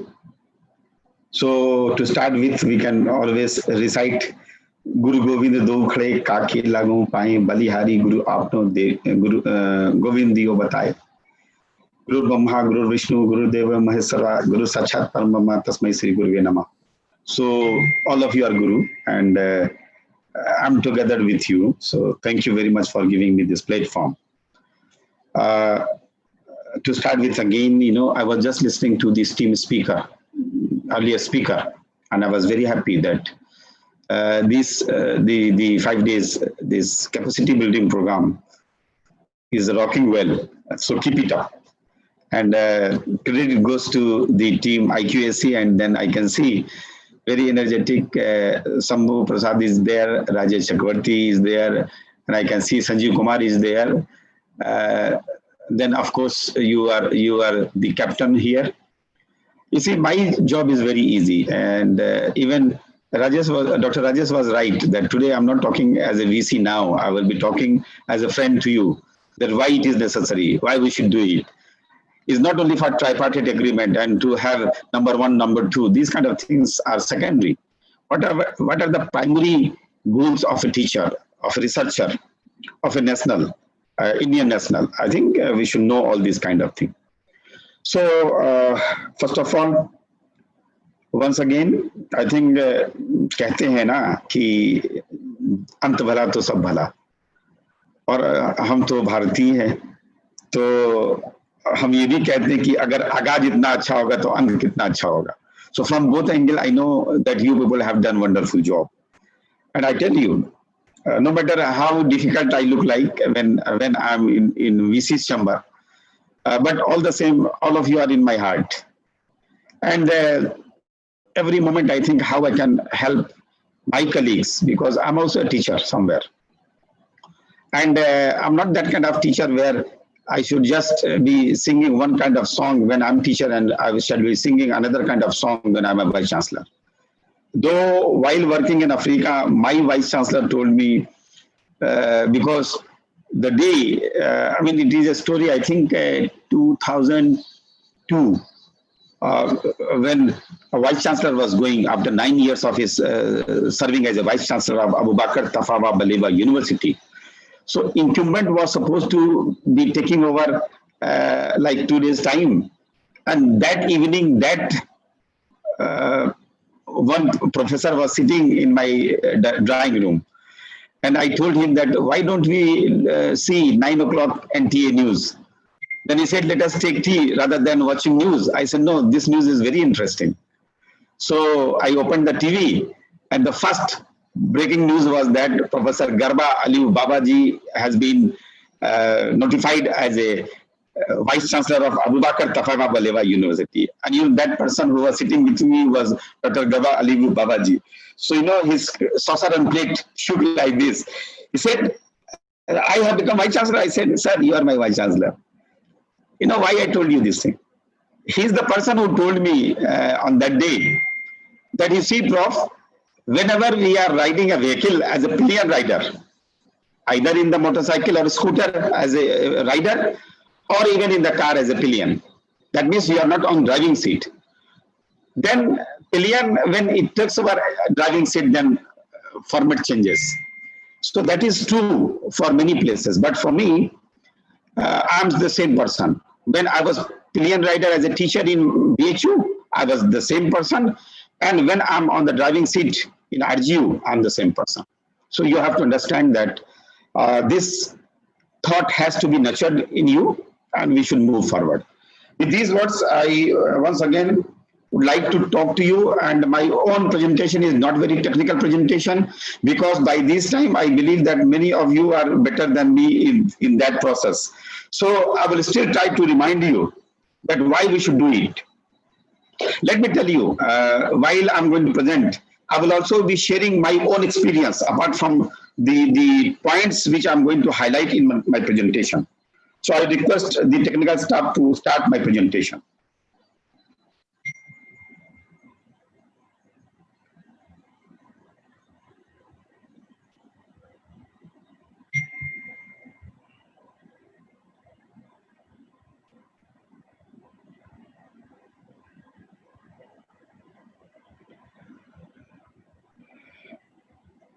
I think I have tried shared my screen. Can you see it? Yes. Yes, sir. Dr. Rajesh, Dr. Sanjeev, Yes, sir. the director and dean. Yes, sir. It Please, is. please make it full screen. Yeah, sir. Now it's okay. Okay. Is okay? Rajesh ji थोड़ा time दीजिए computer को adjust होने को. It takes time. Very Yeah.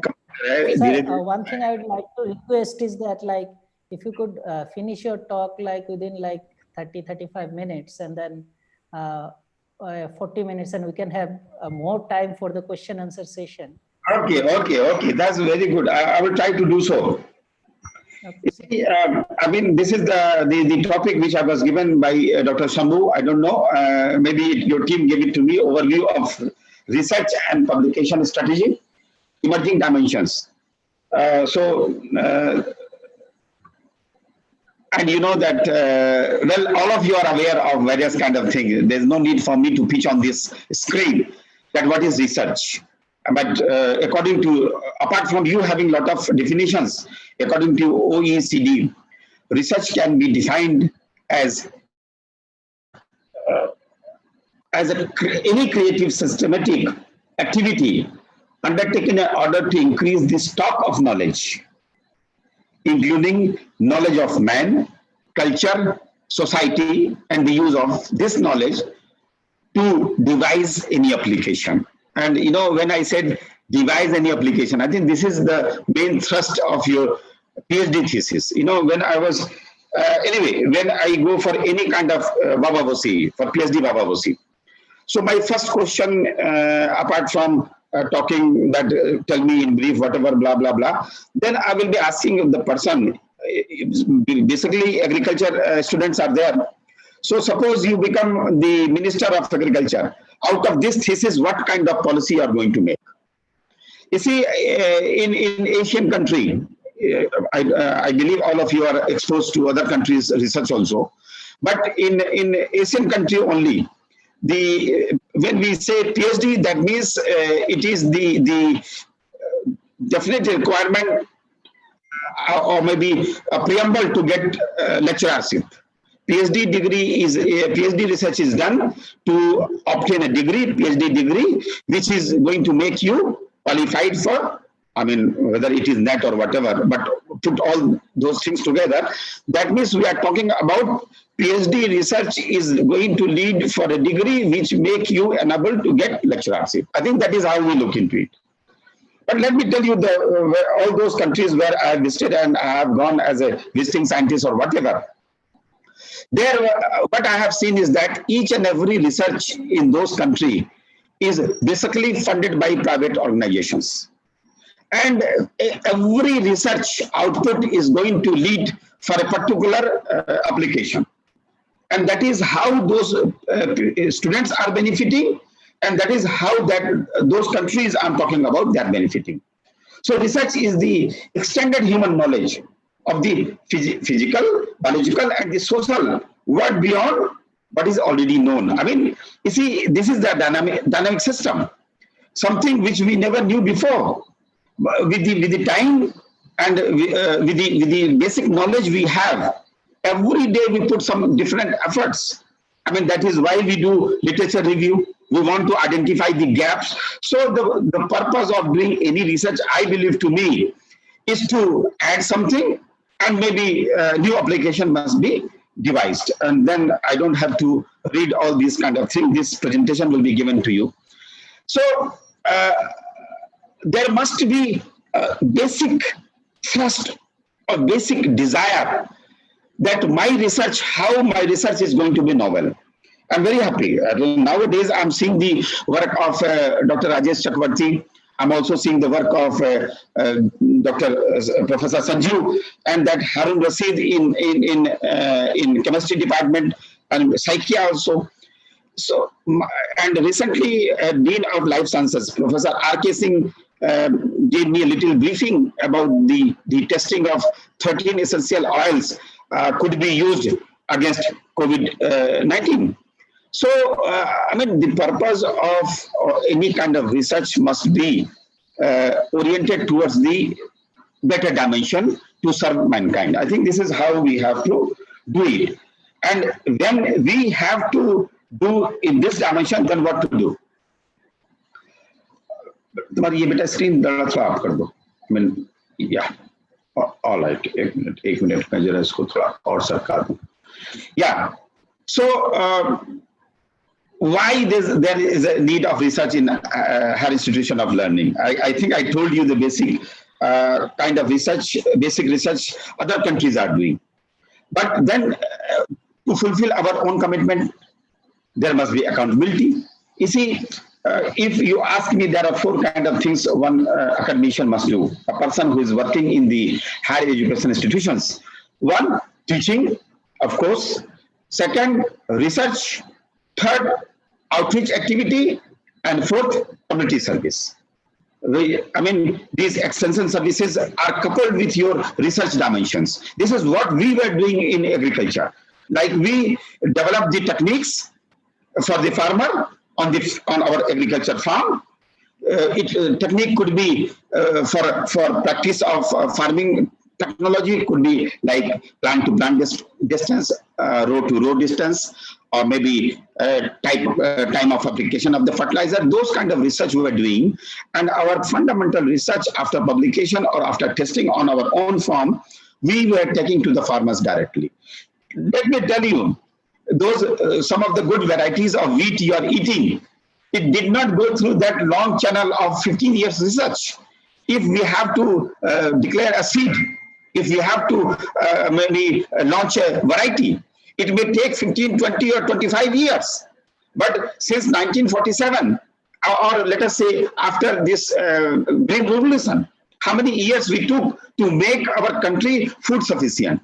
You know, we are producing a lot of grain which could be exported, or rather we are exporting. So how we were able to do it? Because we took another channel. From day one, we are involving the farmers on the field. We categorize farmers as a scientist also. So that kind of extension activities, outreach activity is going to shorten the time duration taken to develop a seed.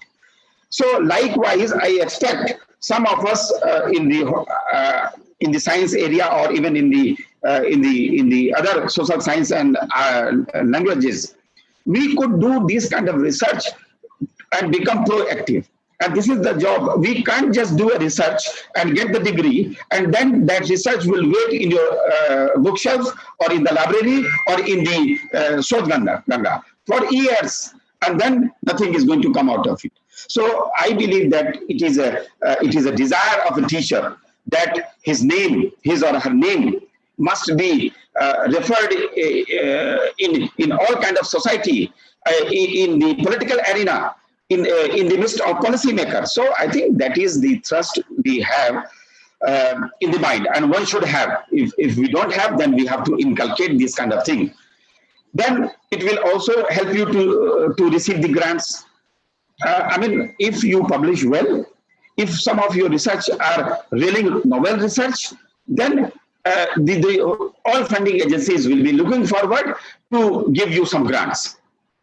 And these grants are going to make your life very easy. You see, in Banaras Hindu University, I come from that. I'm a student of Banaras Hindu University. And then there, what kind of system we have? You see, of course, every institution is getting a very limited fund. The common general fund coming to university, a recurring fund, is not sufficient enough to cater the need of all researcher. So what basically we do, we encourage our researchers that you write individual projects so that you can get funding and you can furnish your lab. You can make your lab vibrant, and then all kind of equipment could be added, and then you can create a micro environment in your lab for better research. And this is how, you see, I remember we in the recent past, I went to Delhi, this UGC Accelerator Center. Director headed by Professor A.C. Pandey sir. So they, after Allahabad, he was able to reach to that position. So people, researchers from all over the country are looking forward for their help.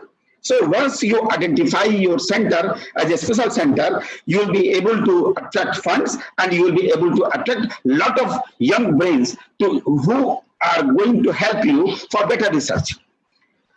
And you see, with this introduction of National Education Policy 2020, and National Research Foundation is on board now.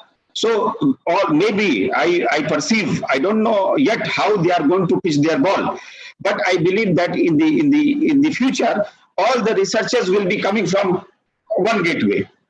I mean, even if it is any funding is coming from DST or any other funding agency, they will be channelizing all the funds through one gateway so that they can reduce the repetition of the research and they may justify the fund distribution. You see, let me tell you, I, for sure, not as a Vice Chancellor of RGU, but as a person, I know that there's a lot of potential and we are putting a lot of energy.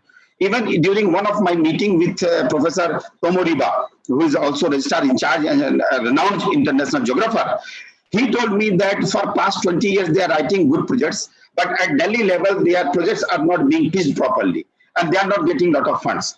In Rajiv Gandhi, we have, I don't think that we have more than 16 or 20 big projects. So why? We are more than 35 years of age. That means since 1984. And to add on top of it that since 2007, we are a central university.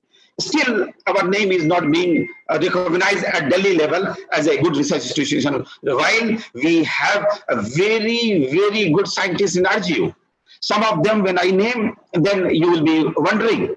So I believe that either our publications were not being noticed or somehow we failed to publish in good journals, or somehow we fail to even showcase our activities. So this is how I'm telling you that now seeing the National Education Policy 2020, and down the line in 5 to 10 years, the whole thing is going to be centralized and everything will be coming through one gateway. Hence, we have to really start working towards that thing. Then this NRF will be doing what? It will provide seed, it will allow you to grow and it will facilitate your requirements. And then high quality research is required. And let me tell you, before joining as a Vice Chancellor of Rajiv Gandhi University, I was part and parcel of one central discovery center in Banaras Hindu University. That center, I think at that time it was 120 crore. And that center came to Banaras Hindu University when Padma Shri Dr. Lalji Singh was the Vice Chancellor, before he was Director of CCMB. So when he came, we launched, every time with all Vice Chancellor, I was launching some of the projects. So when Professor Punjab Singh in 2006, when he was there, then I launched 2 projects. One was Incubation Center and other one was Institute for Sustainable Development. And now, at least I can tell you for sure that Institute of Sustainable Development is there working and director is Dr. Raghuvanshi. So, but we are still waiting for Incubation Center to take off. And here also in RGU, I'm trying to create some incubation center with the help of Niti Aayog and with the help of NABARD. So why I shared this thing with you, that there's a need for us to, and in that Central Discovery Center, what we do basically, we have all kind of assorted missionaries, machines we need for the high-end research. And then a place will be made available. It is somehow a miniature outfit, look like Niti Aayog. So there will be chambers where you can do discussion, you can do meetings, then you will be given chance to develop your proposal. Then you use the machine, you bring out novel idea, and then do the research, collect the data, analyze it, and then you convert your research into form of application or product. So this is how we are expected to do it, and I believe that with the introduction of this policy, National Education Policy 2020, that is going to be the main focus for us to work in that platform or on that kind of platform. So the flow chart is like selection of research topic. Beta isme se wo chart nahi aaya kya? Acha hai. Okay. So I mean, you see, this is a very basic question. You see, how do we select the research topic? You see, we select the research topic with the narrow discussion group. But when I was supervising my own student, 23 students, Dr. Parida mentioned, I did not give them topic like that. I told them that as a layman, go and write at least 10 concept notes, not as a scientist, as a layman. That I want to do this kind of thing, and I want to get this kind of result, or maybe this is the problem I want to solve. And from there, I will be now pitching. I will be calling meeting. I will be telling them step by step that, okay, in my department, you go and search the database, whether the similar topic research has been done or not, whether objectives are same or not. Then gradually, I will take one time to develop and narrow down on one research topic for the master's degree as well as for the PhD degree. So extensive literature review has to be done. And then how to actually identify the good topic. You see, you have to really, apart from how to develop the even concept note, you have to do a lot of extensive, like when I was doing my PhD in 1983-84, when I wanted to start, in 85-86. So what I did is that I went to Delhi, sat down there for 15 days in the farmers' hostel, and I was searching Delhi libraries, IARI library. And from there, I went to Pusa, Bihar, because that was the premier institution at that time. So I visited at least 4 institutions, and I collected all the important area of research. And during that time, the sustainable agriculture, I think some of you are from that field, even Dr. Rajesh Chakravarti is very interested in sustainable development. He will witness that during 1985-86, this was a very new topic. You know, this green agriculture, organic farming, sustainable development, sustainable agriculture, zero tillage, those kind of things were very novel at that time. And I took risk of doing that one. That is why I took 6 years plus to finish my PhD degree. Because data was not available, I have to generate data with the help of farmer. So you have to do a lot of extensive literature review. Then you develop the methodology. I mean, for that one, you see, there are 3 components in your literature review. Literature review is going to help you to bridge the gap. Beta, बहुत disturb मत करो बार-बार आके, है ना? अब अच्छा बात तो. All right. So एक बार लेकर आ जाओ and don't come again, है ना? So sorry. So what happened? Literature review, it has 3 basic focus. First, it will give you platform, it will give you energy, it will give you, kind of bridge between whatever has happened and whatever you wish to do.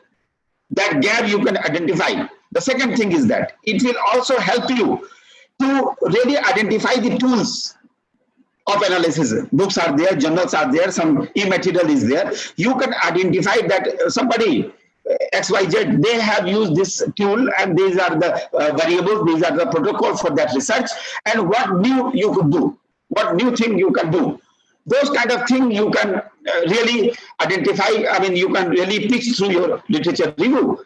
Then third thing, which I believe that most of us fail to do it, and which was my really, I have just supervised 3 students in BHU only, for PhD I'm talking about. One is Kirobin Lakra, one is I think Pradeep Jolia, other one is I think one I forgot the name of my student, maybe under pressure, but Barwa, Sojilal Barwa. Yeah. So what happened? I changed the format of PhD system in BHU in my department, because literature review is not I mean, chapter which is kept in the thesis for fun. Every finding has to be thoroughly discussed, and it must be supported by your literature review. And I believe if you see our paper or my paper, in a simple paper, you will see 50 references. I don't write papers with 2, 3, 5 references. My paper, 7, 8, 10 page paper will have at least 50 references. Each and every line must be supported by reference. And that is the beauty, and that is the secret of writing good papers. So literature review must be done properly, developing your own methodology, collection of relevant information. You know, sometime after starting the work, after 2 years, in anthropology in my Rajiv Gandhi University, after 6 years, supervisor and his senior people came to my office to tell that, sir, this research is not possible. So my mind was really very upset. I wanted to blacklist the supervisor. But I did not do. As a gentleman, I did not do. I advised him that after 6 years, you cannot do that one. And if that is the caliber of your research, then you have to think twice how to do research further. So collection of relevant information is important. But before that, a researcher must know that how his publication article or even his research project will look like. The good researcher must be like a film director, movie director. You know, when movie director will start the first line, the title of the picture, then he will visualize the end of the picture. And that is how they are able to, those successful director, they are able to roll the good movie because they know the start and end of their project. Otherwise, if you start doing the experiment when things are on, that means, in other words, to tell you that when you start changing your goalpost during the game, then you are nowhere. So I think a good researcher must visualize. I did my thesis. The tables were prepared by me, even in year 1. That this is how I'm going to develop my my tables. For each objective, how many tables must be there? So I believe that you can do that one, and that is a primary requirement for the good research. Then, of course, analysis, you have to identify the tool of data collection. Then you have to identify the tool of analysis. Then finally, the beauty lies in the hand of good report. So just to tell you that then how to select the good research topic. Of course, you have to, before you finalize the topic, you concept note or whatever topic you select, then you explore the background information, then find out through your friends, through other sources, is it good topic? It is not very narrow. It is going to address the problem you have in your mind, whether it is going to be very acceptable research. Then if it is yes, collect the other further material. If it is no, then go back to your topic again, identify it. Then if it is, if you have to collect the material, then read, evaluate, and then prepare your own notes. You see, some of us nowadays don't even prepare the notes. Try to see one of the IS officer anywhere. When you will phone him, or whenever you are in his or her office, and he or she is going to receive a call, you will see the first thing person will do. He or she will take pen and take the pad, and they say yes. Why? Because they prepared the note. And even Pandit Madan Mohan Malvi, the founder of Banaras Hindu University, he used to tell his people that we should go around with a small notepad in our pocket and one pen. You don't know. And let me tell you, even here in Rajiv Gandhi University, talk to your registrar, Professor Tomuriba. He will tell you that even midnight, 12 in the night or 1 a.m., if a good thought will come in his mind, he will on the light and take the note in his diary.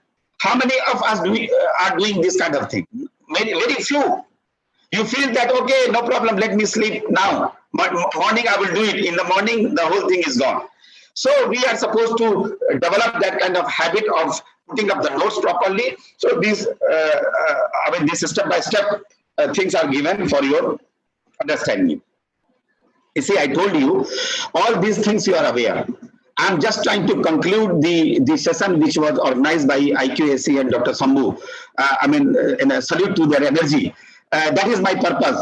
And more so, it was the earnest request of Dr. Sambhu that, sir, you have done so much for the system. Why don't you start doing it? I told him that I will be resource person without any money for that. So I think I even wrote on the file and they were all laughing.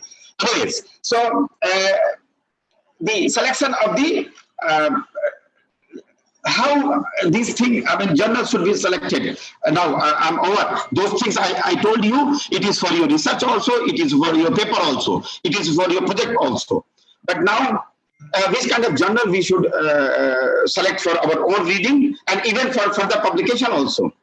See, Scopus, Madam just told you about the tier list journal and Scopus journal. Some of the journals which are listed in Scopus, under Scopus, they are not listed in tier because they don't want to repeat the thing.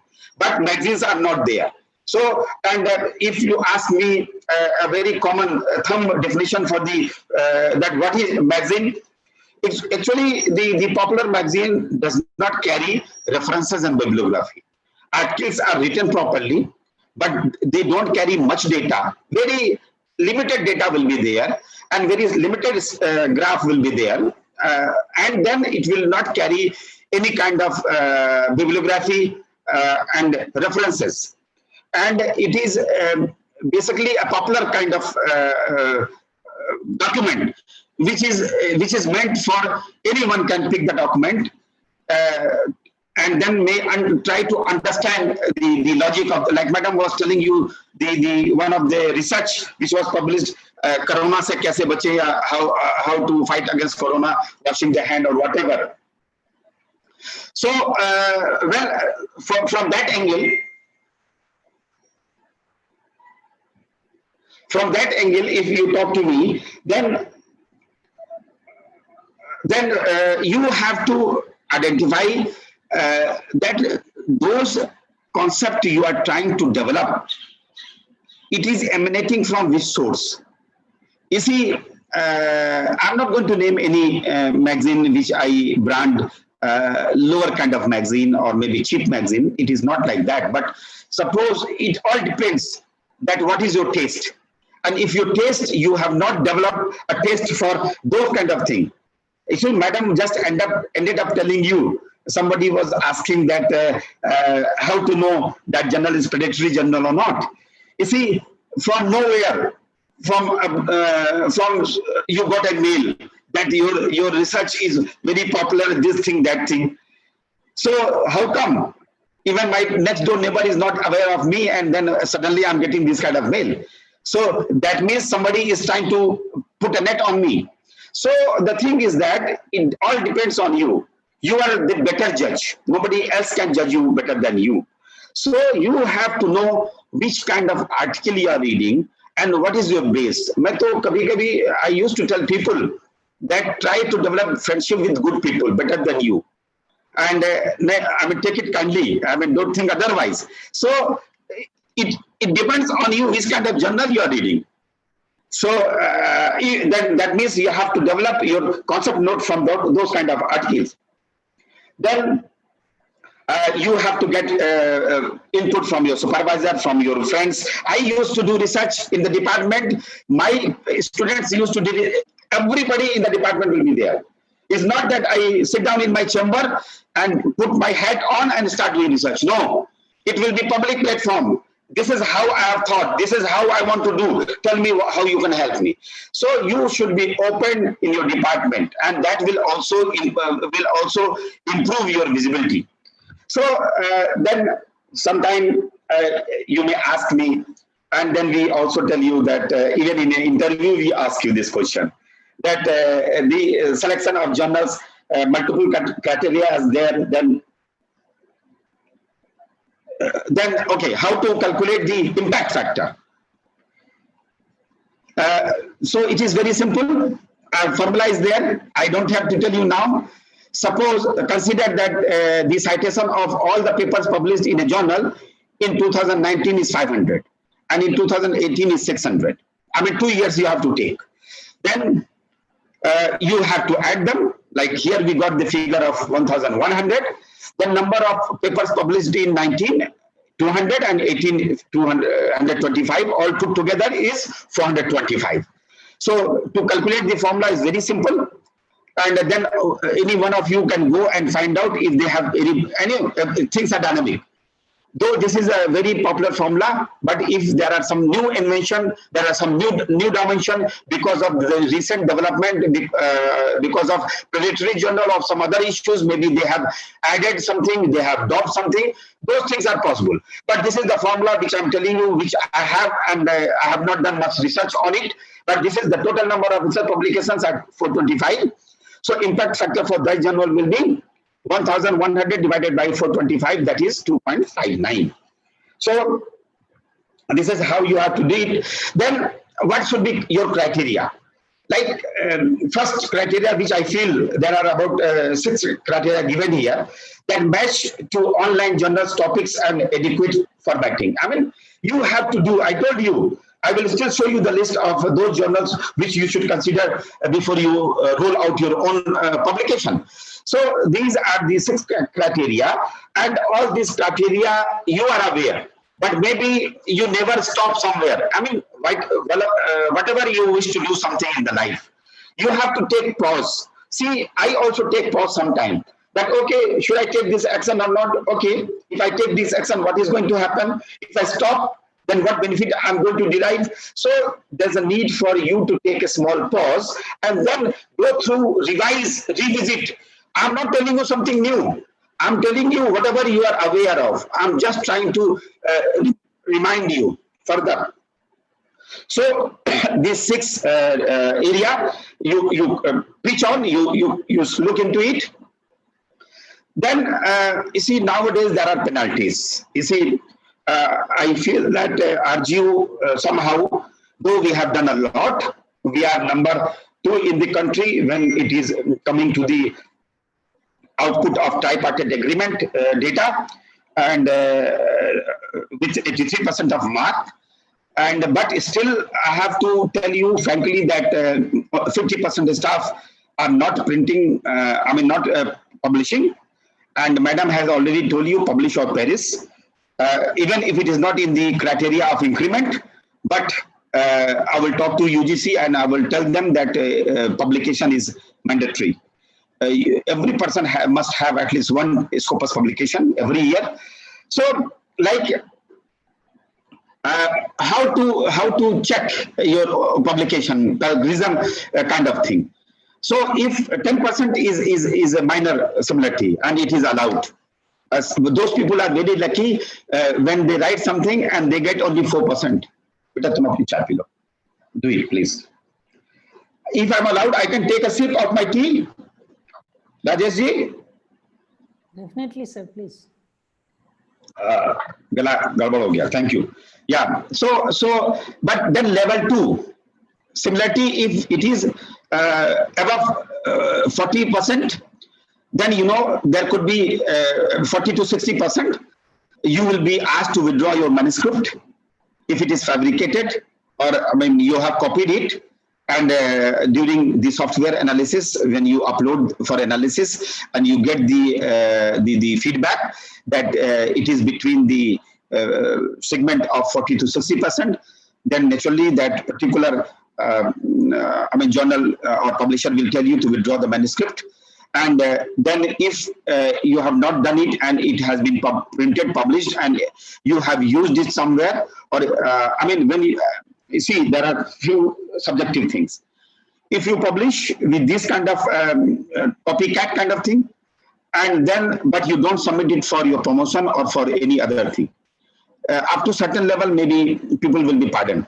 But when you start using those things to look for some promotion, for some appointment, then penalty may be rendered. So then your annual increment, 1 annual increment could be penalized. You could be penalized to stop it. Then you as a supervisor not be allowed for master's and MPhil degree and PhD student or scholar supervision for 2 years. And for me, it is a matter of really, some people feel, let me tell you my experience in Allahabad court. During, now RTI, through RTI, one can get his, compulsory declaration under that provision. A student may get the photocopy of his or her script, and that is also for you to note. So in Allahabad High Court, a student filed a case against a teacher that this teacher did not do his or her duty. I wrote one kind abusive thing in the booklet. There was no content. I did not answer anything, but I still secured 72%. So court looked into the matter and they found it is true. So they told the organization to punish the person. And what was the punishment? Person was punished not to, as an examiner, he will not be given chance to be examiner. So he was rather very happy that going to the class, teaching somehow something, and then coming back, no examination, no evaluation. So this is not punishment. It became kind of a blessing for him. But for me, those people who are narrow thinker, that could be blessing for them. But for me, it is a matter of do and die. I cannot afford to lose my name because of this kind of thing. So you have to decide what kind of personality you want to see into it and how you rate your own name. So then level 3 kind of, if you have more than 60% similarity, then, 2 successive annual increment could be denied. You have to withdraw your manuscript. Then you will still be banned for 3 years. And then your name and your family name will be dented. So those who respect the family, sanskar ki baat main kar raha hu. If that kind of sanskar you have, then I don't think that you will be able to afford these kind of weaknesses. So what are the softwares we have? All of you are aware of many software. You have Orkut. You have a lot of things like Flag Aware, then Copyscap, then Flag Scam, then lot of things are there. And I think in Rajiv Gandhi University, we have at least subscribed Grammarly is there. 2 or 3 of them we have in the library. And if I don't have 2 or 3, I believe that after this seminar, I will be talking to the library professor in charge library, or maybe my technical team, let it be Joint Director Computer Center, or maybe Professor Utpal Bhattacharya of Computer Science Department. Then we are going to acquire some more and we'll give you a free access on this software so that you can upload and you can do your good work. The area where we are excluded, you know it. References, you cannot, if it is, various kind of international format are there. And if you are using a format, like for example, if there's a research, Parida, RC, Parida, or maybe Chakravarti, R. So naturally, every researcher is going to cite like that. Topic, your research title is not going to change. Your journal cannot change. Your, page number will not change. So those areas are allowed. And then a table of content, of course, it could be kind of common. Then preface and acknowledgements, they have sometimes languages are same. So those areas are allowed. Then all generic terms, universal laws, standard symbols, and standard equations. And then all quoted works. For example, let me tell you, I wrote a paper, I think way back in 1996 or 98. It took me 3-4 years to publish those 2 papers. You know why? I wanted to use a table. And unfortunately, that copyright was reverted back to the publisher. Reverted back to the author. I wrote to the publisher, he gave me the address of the author. Then I wrote to the university, they told me that he has retired. He has retired to his village, and they gave me his village address with email. When I wrote to him, it took me about 2 years. And one day he wrote a very nice email to me that he was surprised that somebody is willing to use that table. And, he wrote to me that the moment I got your mail in my smartphone, at that time in US, smartphone was there. So I was fishing at the lakeside. I'm very happy. So, I got it and I published it. So you have to give respect and acknowledge the things to whom it is due. Then these are the some Academic research databases you can use, I mean, IEEE, Scopus, then Web of Science, then PubMed.gov, then Science Direct, then Influnet, and then Sodhganga, and then Oxford references. You can go visit, and you will see the list of all the publications. You will see the content. You can analyze your own thing. You can think of, I mean, you can really pitch your mind towards the good publication. Rajeshji, I'm going to finish very soon. Don't worry. I don't know how many minutes I have. Okay, aim to publish 5 minutes. Yeah. So, thank you very much. So, you know, globally acclaimed publishers, publishing houses are there. You know it. I don't have to tell you that Elsevier is there, Spenger is there, and, you know, IEEE, then EPW, and many more could be there. Macmillan, these are some I have mentioned. Sage Publication, then Blackwell, but there could be maybe 100, 200 more of them, because some of them from the nature list. You have to do the mapping of your work. You have to do your own strength, weaknesses, opportunity, and challenges kind of analysis for your own competency. And let me tell you, nobody is born competent. Everyone acquires this skill and knowledge based on the interaction he or she is having with the current time, and based on the grooming he or she was given during his early days, or during he or she was doing PhD. That I can tell you for sure. I don't think that somebody will be feeling happy because I'm seeing Rajesh then, because before Rajesh came to this place, he was groomed somewhere else, and I know the grooming matters a lot. So, and don't feel, any other person should not feel offended, because I see one face and I remember the thing. So what I'm trying to tell you is that your own grooming is very important. But now, somebody who is now doing work with, taking job with RGU, and I cannot go back in past. I don't have that machine, go back to future or go back to past. So person has to develop those links which you have missed. You see, that grooming which you have missed. Like when I was in Africa, I was talking to my supervisor to solve some of the problem manually. Like the model which I have used is basically based on the publication of my own supervisor. It is a multi-objective weighted compromise model.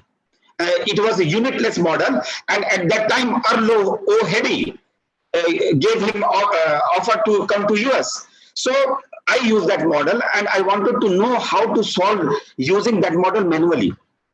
With the computer, with the Sesam package and maybe some other package, it is possible to solve it. But I wanted to know and learn. So I got the chance, and I was talking to my supervisor, and he gave me. So those grooming which I missed during my own PhD time, I still acquired those techniques and those kind of grooming while I was working. So there's no shame on this kind of thing. You should try to develop that one. And I went for, you see, though it is not good to mention here, about 12, 13 international training I have done. Even I have done an exam on human rights subject, as and I wrote 14 paper on law. And for that one, I have to go to Senegal to write the exam. I was having two choices, go to US, go to Senegal. Going to US was headache. So I went to Senegal to write the exam. I stayed there for more than 1 week, 10 days, and wrote exam, 14 days rather. And that wrote exam, got my certificate, came back. So what I'm saying is that there's no end to learn. Then, strategies could be there. I am going to give it to you. Read through it is not a difficult kind of thing. Then it continues your priority area, and then don't select the area on which a lot of work has been done. There's a need for you to identify the area which is, you see, even it is good for you to tell you, even back in BHU, I'm teaching that paper which the whole department used to refuse. That paper, mathematical economics or optimization technique or that econometrics. And how I got the training? I got the training in Purdue University. I did some courses in Purdue with the person who is known as a father of econometrics. This Judge and Judge, if some of you might have seen the book, MC Judge. So MC Judge trained me in Purdue University. When you see MC Judge, name will appear in Purdue University. In those kind of universities, Rice, 65 Nobel laureates are there. In Michigan Tech, 25, Purdue, 27, that kind of thing. Maybe data little here and there, but I'm telling you little data using my memory, random access memory. So you have to perfect yourself. Somebody, I have seen Sankaracharya, Puri Sankaracharya. At the age of 92, he was using Apple laptop to type the Sankar's mathematical formula. So there's no end to it. You have to do it. Then you see, topic must be current topic. Like nowadays, we are talking about sustainable development goal for IR ecosystem must be there. These are the new area one can.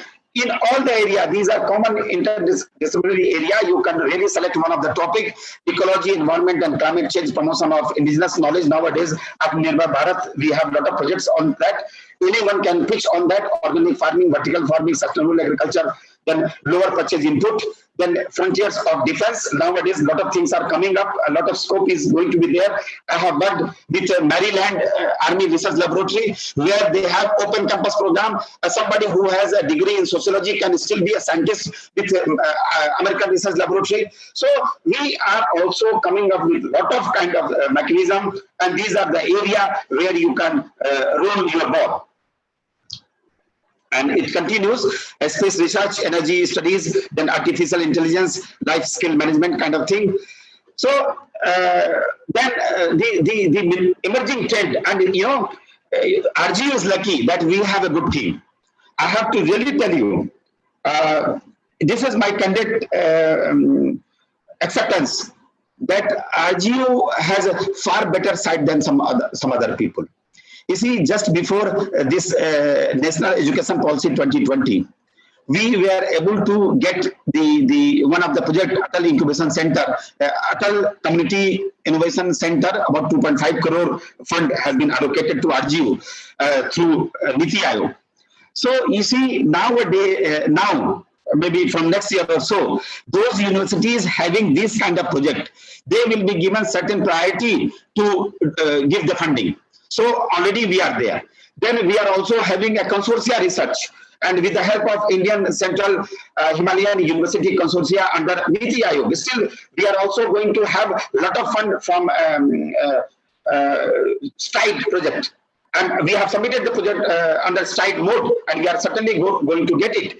So already two of the novel connections we have, and because of these two connections in all the departments, we can really roll our ball and we can pitch the idea to have a lot of projects. So that is one of the things, and under that consortium mode of Niti Aayog, we are trying to address, you can see the innovation and evaluation of the economic impact of female laborers in the hills. Nowadays, this is the cause of concern for the Honorable Prime Minister of this country, Sri Narendra Modi ji. Then agroecology in Himalayan states, and you know that even Arunachal Pradesh, it is among 4 hotspots in the nation and among 17 hotspots of the world. I mean, total, we have 17 hotspots in the world. And out of those 17, I think Arunachal is one. And in the whole country, India, we have 4 hotspots. So we have a lot of scope, then opportunities of livelihood, you know, nowadays, because of these COVID issues, and then some issues with neighboring countries. Livelihood is a problem. Lot of migration took place. I remember that in the month of April last week, May up to second week, 15 crore labor migrated from Surat, Chennai, and from other area. So a lot of challenges are there, and these kind of things are going to give us a leverage to do further research. Then water conservation and harvesting strategies, we are going to have that one. So basically, the focus will be under new NEP 2020 on interdisciplinary research, and that is why I'm encouraging all of you to join hand together, so that if chemistry is willing to do something, they can also join hand with anthropology or sociology and do something. Then I have used these references to prepare these slides, and then you can see all the references are there, and this data is going to be with you, which you can now see that, of course, something is taken from somewhere, something is mixed. So this is how I have done it. This is incredible India, and we have a lot of potential. It is not joke. I tell you with my heart, mind, and soul that India, see, who has to remind you about Susrut? Who has to tell you about Arbat? Who has to tell you about Nagarjun? We should know all these kind of things. Lot of science took, the road on which the developed country is now championing, that road started from India. So we have to really identify those kind of things.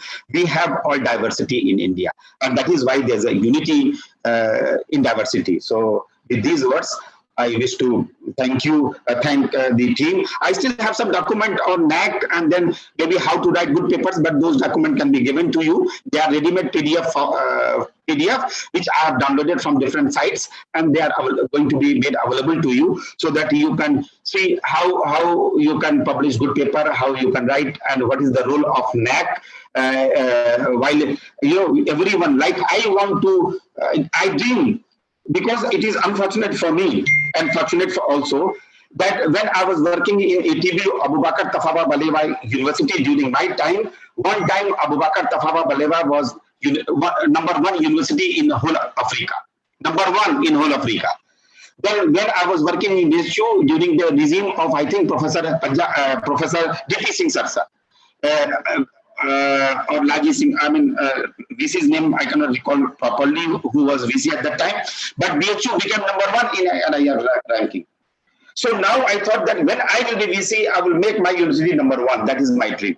And I believe that all of you must nurture the dream that I should work with #1 university, at least that tag must be attached to us. So with this dream, you should start pitching your ball from tomorrow for better RGU future and better NIRF ranking, for better NAC grading. This is what I request to all of you, and this is my ultimate request to my teachers and all other teachers and all other learned colleagues who are not from RGU. They should also have a dream that they should help their own institution in such a manner and fashion, in letter and spirit, so that that particular institution can really hit the top grading in their own ranking. Thank you very much.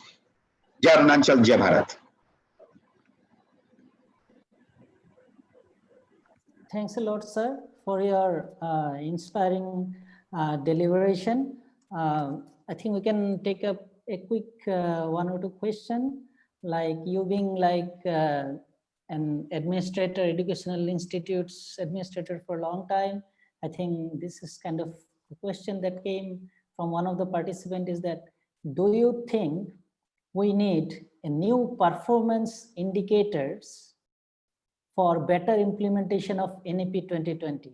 So I think the essence of the question is that, do we need to change our API formats and all those to align it with the NEP 2020 goals? I think that's perhaps the essence of the question. So I don't know, Dr. Rajesh, in that meeting, unfortunately, I missed you.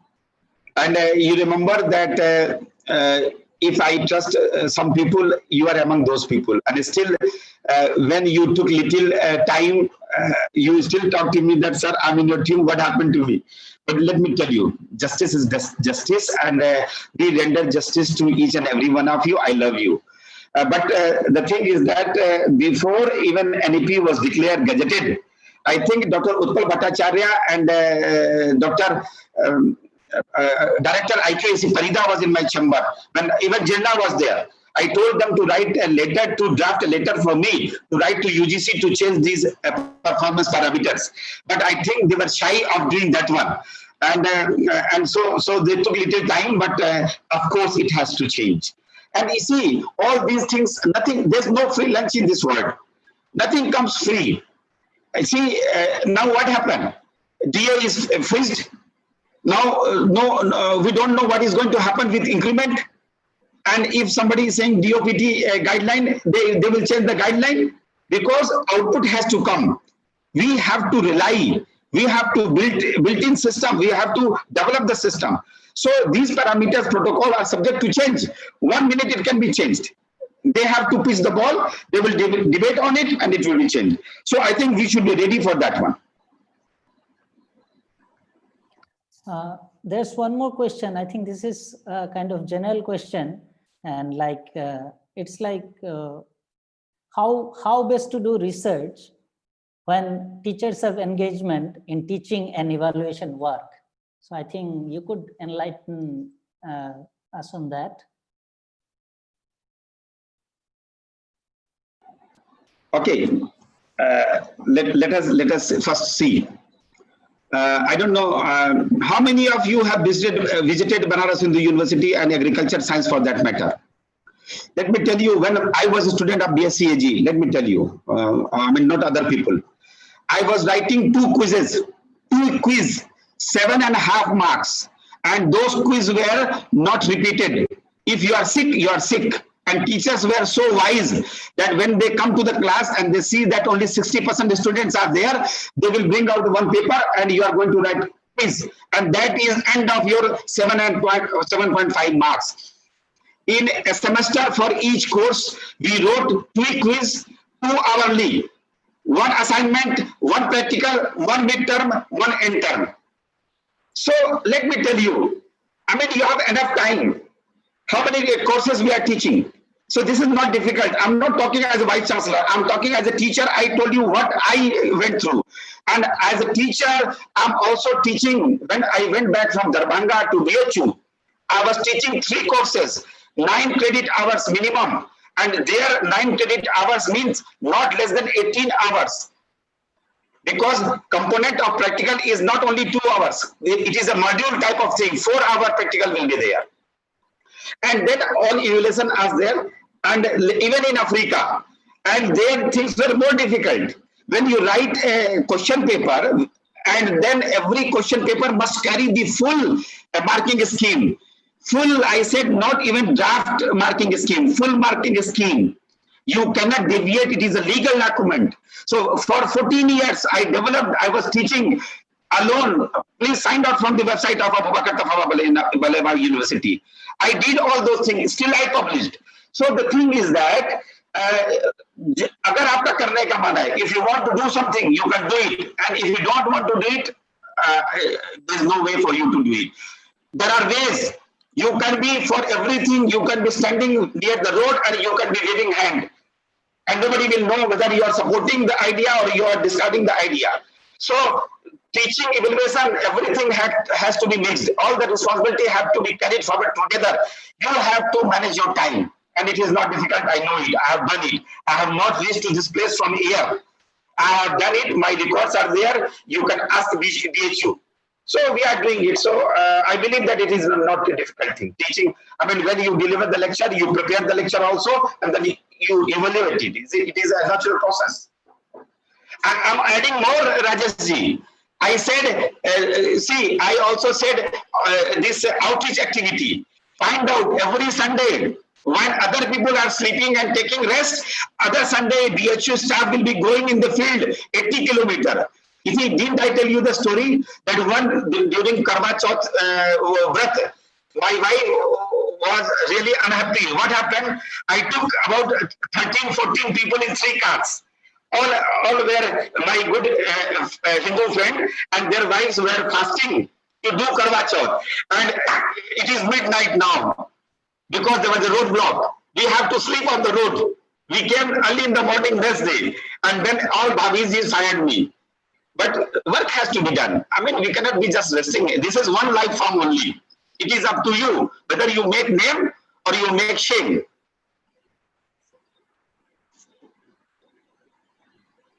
Thank you, sir. Thanks a lot for your for sparing time to be with us. So this is just to wind up the session. I being the kind of moderator for the session. So we started the session with Dr. Ajit Kumar Mishra from IIT BHU, and we listened to an excellent deliberation from Dr. Mishra, who kind of dealt into the very minute details of how to come up with a title, abstract, and keywords. These are some of the aspects which Professor Sansanwal, I can see him here, also deliberated in his talks, like in the second and in previous days. But so that was enlightening.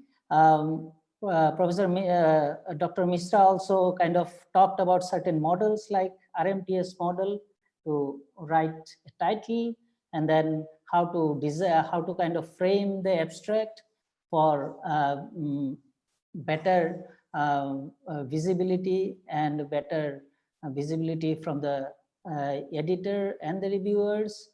And then the talk was followed with a talk by Dr. Shubhada Nagarkar from Savitribai Phule University, and she is very intimately associated with the UGC Care journals, and she delivered a talk on research metrics and publications. She talked about H-index, SNIP, I-10. There are many questions, but there were some technical glitches because of heavy rain in Pune. So we lost a few precious minutes on that. So we couldn't take up much question, but we would definitely share her PPT with all the participants so that you can go through it and kind of read it. And then we had the last speaker of the session was our very own Professor Saket Kuswa. And as I said, we invited him here as a professor, as a resource person. And he kind of gave a very broad overview about how we should approach our research. And as you might have guessed, he is kind of a straight talker, so he calls a spade. So kind of he gave all those kind of ways how we should be careful, because we now have a new education policy, and which is more inclined to take our country to a next level by banking on our ideas, the indigenous ideas we had, which we kind of lost to the kind of literary imperialism, and we want to regain those things. So with these few words, I thank all the speakers of this session for their wonderful deliberation, and I think all the participant has benefited from this session.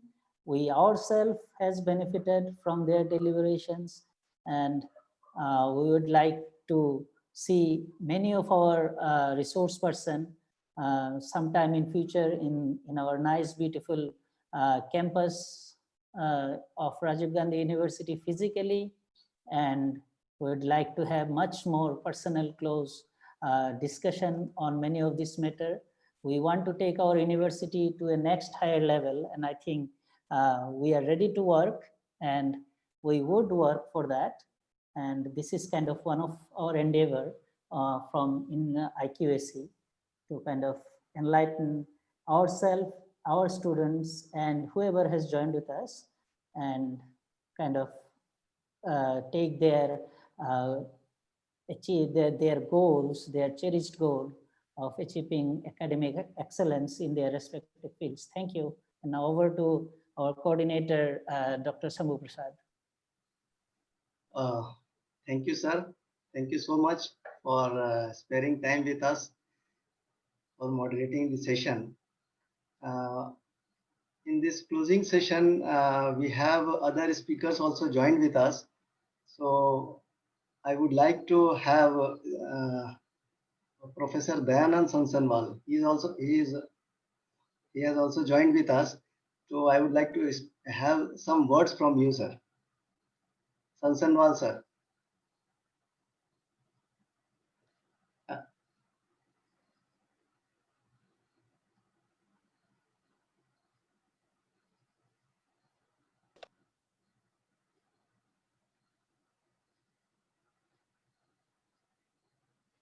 Sir unmute करें sir. कर लिया sir. Today at least I am happy that my both the audio and usual part, they are working.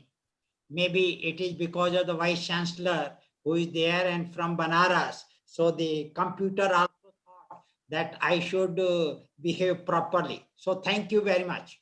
Let me at the outset express my gratitude to all the organizers of Rajiv Gandhi Central University to have given me the opportunity to share some of my ideas and to learn from you. So thank you very much. Thank you. Thank you so much, sir. We have another resource person, eminent and distinguished scientist, Dr. Rajiv Pandey from Head Department of Forestry Statistics. He is already joined with us. Sir, want to hear some words from you. Good evening sir. Good evening sir. मेरा नमस्कार.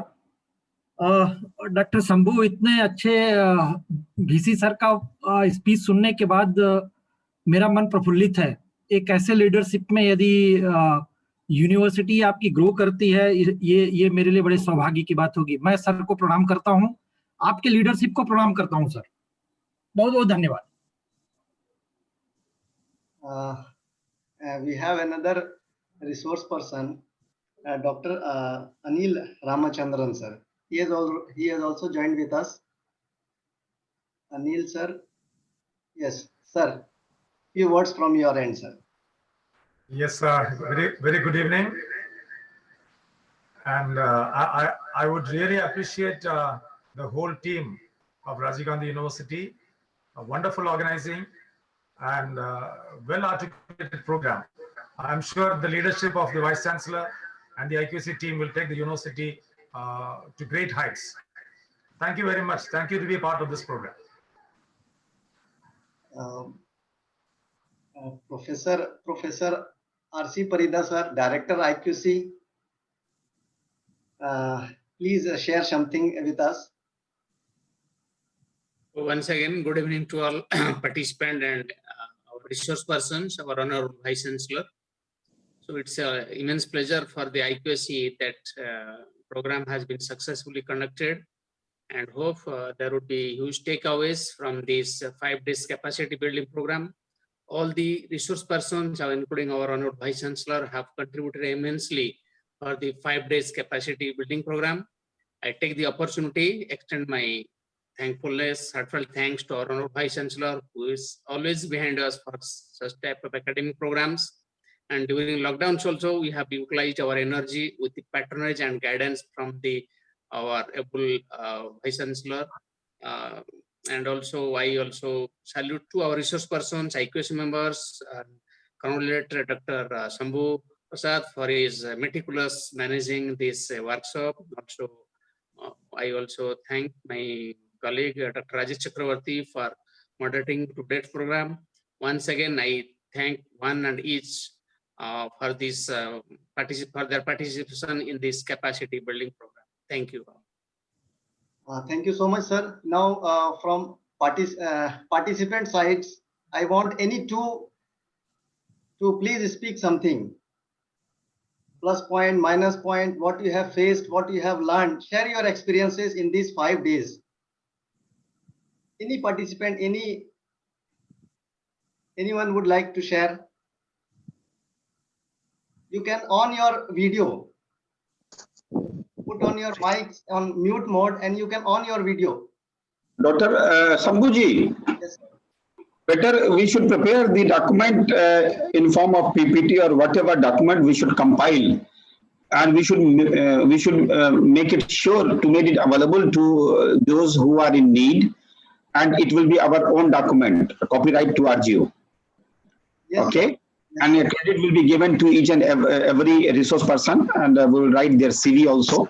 We'll prepare a report kind of thing, and everything will be included, and that will be one kind of achievement document for you also, for IQAC. Sure. Please, okay. Please, anybody? Yes. Yes. Yes, myself, Dr. T.K. Pani from Ravensa University, Qatar. Welcome, you, sir. I just enjoyed the 5 days program, and it will be very much meaningful for all the participants, I think. Definitely meaningful.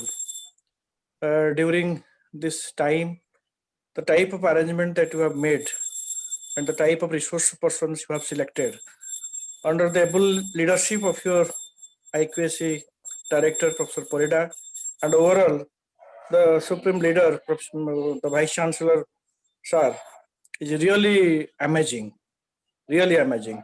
I must salute to your team members for conducting such type of, I think, innovative and purposeful, meaningful program. We look forward look forward for this type of program whenever there will be, you are planning to organize this type of DP and others. Please keep on informing us. We will have our database. Will be very much benefited by that. Thank you very much. Yeah, good evening. Good evening, ma'am. I'm Sarita Shrivastava, a scholar of Rajiv Gandhi Central University, Commerce Department. Dr. Asiparida is my guide, and I'm an alumni from 2006 batch from the same. Nice to see you. Presently, I'm working here at Ghaziabad. So amazingly, I must tell you, sir, it was really a very nice session, 5-day different speaker, and I got a lot knowledge how to write down research paper and how to go for that scoopers and everything. So altogether, it was really a very nice initiative. And one thing I really want to mention that I always, being a student and an alumni of this RGU, I always feel that there is some disconnect between what the metropolis colleges are doing and what in our Arunachal Pradesh we are doing in terms of technology. But now due to COVID and the way you guys have conducted the entire workshop, it's really amazing. No words from mine. Now I can say that we are neck on neck. So there is no difference in terms of technology. So hats off to the Vice Chancellor, sir, for taking such a beautiful initiative in terms of research. And I'm always thankful to Parida, sir, for giving every opportunity. Thank you. Thank you so much. Dr. Sanjeev Mohanty would like to speak something. Good evening, sir. Namaskar to every person, senior persons and all members. I feel very pleasure during last 5 days. I got a lot of things from all of these sessions and which is helpful to our future research. And I feel the RGU University conduct too many online programs which will be helpful in our futures. Just I am present my paper in a Department of Mathematics. Professor Science are so smoothly conduct. And this program is also very amazing. And Shambhu sir is also very nicely organized this meeting. Also, I have forgotten. So I am immersed in the all sessions. I forgotten first 3 sessions how to send my feedback. This is my feelings, and I called yesterday to Shambhu sir. I am not send my feedback last 3 days, and this is very amazing. And thankful all the organizers and vice chancellors of RGU. Thank you very much, and have a nice day. Sir, namaskar. Namaskar. Thank you. Hello, Shambhu sir. Yes, yes. Hello, Shambhu sir. Yes, ma'am. Hello, Shambhu sir. Can I speak? Yeah, please, please. Yeah, Shambhu sir. Good evening, and I'm Dr. Shishma HB from Karnataka. And a special thanks to all ITAC members who have taken a lot of pain in organizing these 5 days. And my special thanks to Dayanand Sansanwal sir. For I like to appreciate his stamina, because just a week we finished a 15 days SPSS program with him. He had organized, and he has a good lot of stamina. He spoke continuously for 3 hours for 15 days. And really, it was a very amazing to see him again back in this capacity building program. So my special thanks to Sansangal sir and for all the ITAC team for organizing and enriching us with such a valuable and incredible knowledge. Thank you, sir. Shambhu sir, I wish to also say my thanks. Please allow me to put my words also. Sir, I am research scholar at Pondicherry University, and good part of this program I liked is you are always providing YouTube URL. If someone is missing or something is happening to someone's internet connection, they can always refer this YouTube and they can, whatever part they have missed, so they can refer. So very good. Like, and good thing is like you have also ensured that you will be sharing this PPT of the resource person if they provide you. So that is very nice initiative, I feel. And you know, in that way, I also miss sometimes internet connectivity is not there, or internet is not there. So I followed this YouTube channel. I contacted you in that way. So Shambhuja, this is so nice of you. You have attended my call and provided me required URL in that way. Thank you very much, sir. Thank you. Thank you so much. Hello, So, sir. Can I speak? yes, please. Hello. Please, Hello. please continue. Am I audible? Yes, yes, perfectly audible. I am Professor Seema Singha from Dibrugarh University, Assam. Hello. So I have given in the comment. I have already given in the comment with regard to the various sessions. So most of the sessions was really very useful and very interesting. And it has touched upon those of the topics, you see. Usually we have many this type of programs on the research methodology I have gone through. But this particular program which you have arranged, this is really, it is a need of the hour, because most of our research scholars, even the professors, there are certain, like especially some of the topics which was touched upon by Professor A.K. Mishra, then Professor regarding the Professor D.N. Samwal regarding the requirement of the quality research papers. Those were very, very useful, and especially for the young researcher. And this has become a need of the hour. So from all this respect, I really congratulate Rajiv Gandhi University, the organizer, the coordinator, Dr. Shampu, and rest of the people, the way they had moderated the program, that was really very nice. Only one thing I would like to emphasize here, that few more time should be given for interaction. Because I have seen among the participants also, most of them, many of them are, they have done the research, they are doctorate. So had there been more interaction, more discussion, it would be, I think it would have been given more satisfaction to the participants. And of course, under the able guidance of your Vice Chancellor, Honorable Vice Chancellor, Professor Kushwaha, really, I think Rajiv Gandhi University is going to have a very bright future. And with these few words, I really thank the organizer, coordinator of the overall program. Thank you. Thank you. Thank you so much. Shambhu sir, good evening. Good evening. Sir, I am audible to you, sir. Yes, yes, you are audible. Yes, sir. Good evening to all of you. Honorable Vice Chancellor, sir, coordinator of IQSC, sir, IQSC cell, Rajiv Gandhi University, Professor Borida, he is my big brother, and Shambhu sir, to you and all the members of this training program. I must thank to all of you. So actually, so it was what the academic and research galaxy in between the research person and us. For the all the research persons, they are very, very powerful with regard to the academic and research. So we are fortunate we got the right resource person with regard to research and learning how we will enhance our research activity. As we know, what are the research opportunity and scope of the research in a world scenario. So definitely each and every sessions, particularly so far as I am concerned, I enjoyed a lot. But I will suggest to you, sir, kindly just you share the PPT and the videos of all resource person. Definitely this will be helpful to us when we are writing the paper, as well as when we are guiding our scholars. Definitely the learning and research outcome will be helpful not only in our research but also in our stakeholders, the research scholar, young research scholars, say they will get a lot of benefits. So at last, I will conclude by saying I wish the fame and prosperity not only the IQSC of Rajiv Gandhi University, but also the Rajiv Gandhi University. Thank you. So good evening to all of you once again. Thank you, sir. Thank you. We have noted your words.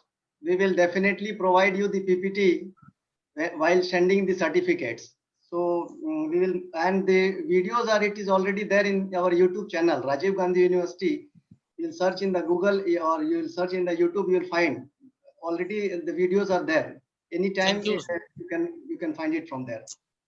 So with due permission of our Honorable Vice Chancellor, shall I wind up the session, sir? Yes, thank you one and all, and good night to all of you. Dr. Sambhu, why don't you just say thank you and good night to everyone. Today, I am privileged and honored to speak before you in this 5th day capacity building program on approaches for quality research paper writing in high impact journals organized by IQAC Rajiv Gandhi University. Our precious time flies like an arrow, and we are getting to the closing time of our program. At the end of this program, I'd like to say many thanks for your all kindness and effort to participate in this program and getting along with the tough session with the tough schedule. But first of all, I would like to take advantage of this opportunity to express my deep thanks to our Honorable Vice Chancellor, Professor Saket Kushwaha, who was the backbone of this program and also a man behind the show, providing support, cooperation, and organizing this important international level capacity building program. This program provides us with a very useful platform to exchange information, ideas, experiences, and lessons learned in skills of research writing in different disciplines. During these past 5 days, we have generated a wealth of information and experiences. Research work must act as a catalyst for further researches to be undertaken in the said field. The quality of research depends on the understanding of the research problem, and the output is significantly based in the appropriate research tools used for the data collection and its analysis. Once again, I want to state that we are all most grateful to all the speakers on this stage. We have been fortunate to have distinguished scientists and eminent persons like Professor Ved Prakash, Professor B.A. Tenabe, Vice Chancellor from Nigeria, Professor V.K. Jain, Professor J.P. Singh Jurel, Professor D.N. Sansanwal, Dr. Ashok Pandey, Dr. Archana Thakur, Dr. Ajit Kumar Mishra, Dr. Rajiv Pandey, Dr. Anil Ramachandran, Dr. Shubhadha Nagarkar, and Ms. Tahsin Khande. All the presentations and discussions made during the workshop were very informative and enlightening. Words are not sufficient to thank you for spending your valuable time for a beneficial cause. I am happy to inform you that the participants, apart from India, come from different countries are Sri Lanka, Malaysia, Ukraine, Yemen, Bahrain, Nigeria, UAE. I also acknowledge the unwavering support received from the Director IQSC and Program Director, Professor R.C. Pareda. I would like to extend my deep appreciation to the organizing committee for their support and cooperation for organizing the program and making a successful one. A deep sense of gratitude to Dr. Rajesh Chakravarti for supporting me in every step to conduct this event. My sincere thanks goes to our technical team, Mr. Gyan Rai, Mr. Vijay, and Mr. Rajesh for managing their technical areas. Ladies and gentlemen, it is no secret that the success of this capacity building program is your active participation. We are very grateful to you for taking time off from your busy schedule to take the program. So thank you for joining. I have appreciated the engagement and candor that you all have contributed to this program. With these few words, ladies and gentlemen, it is an honor and pleasure and duty for me to declare the capacity building program on approaches for quality research paper writing in high impact journal officially closed. Thank you. Jai Hind, Jai Bharat. Good night.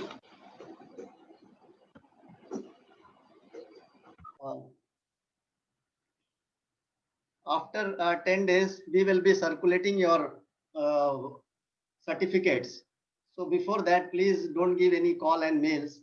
We will surely provide your certificates to your registered email ID. Thank you so much. Thank you for your cooperation. Good night.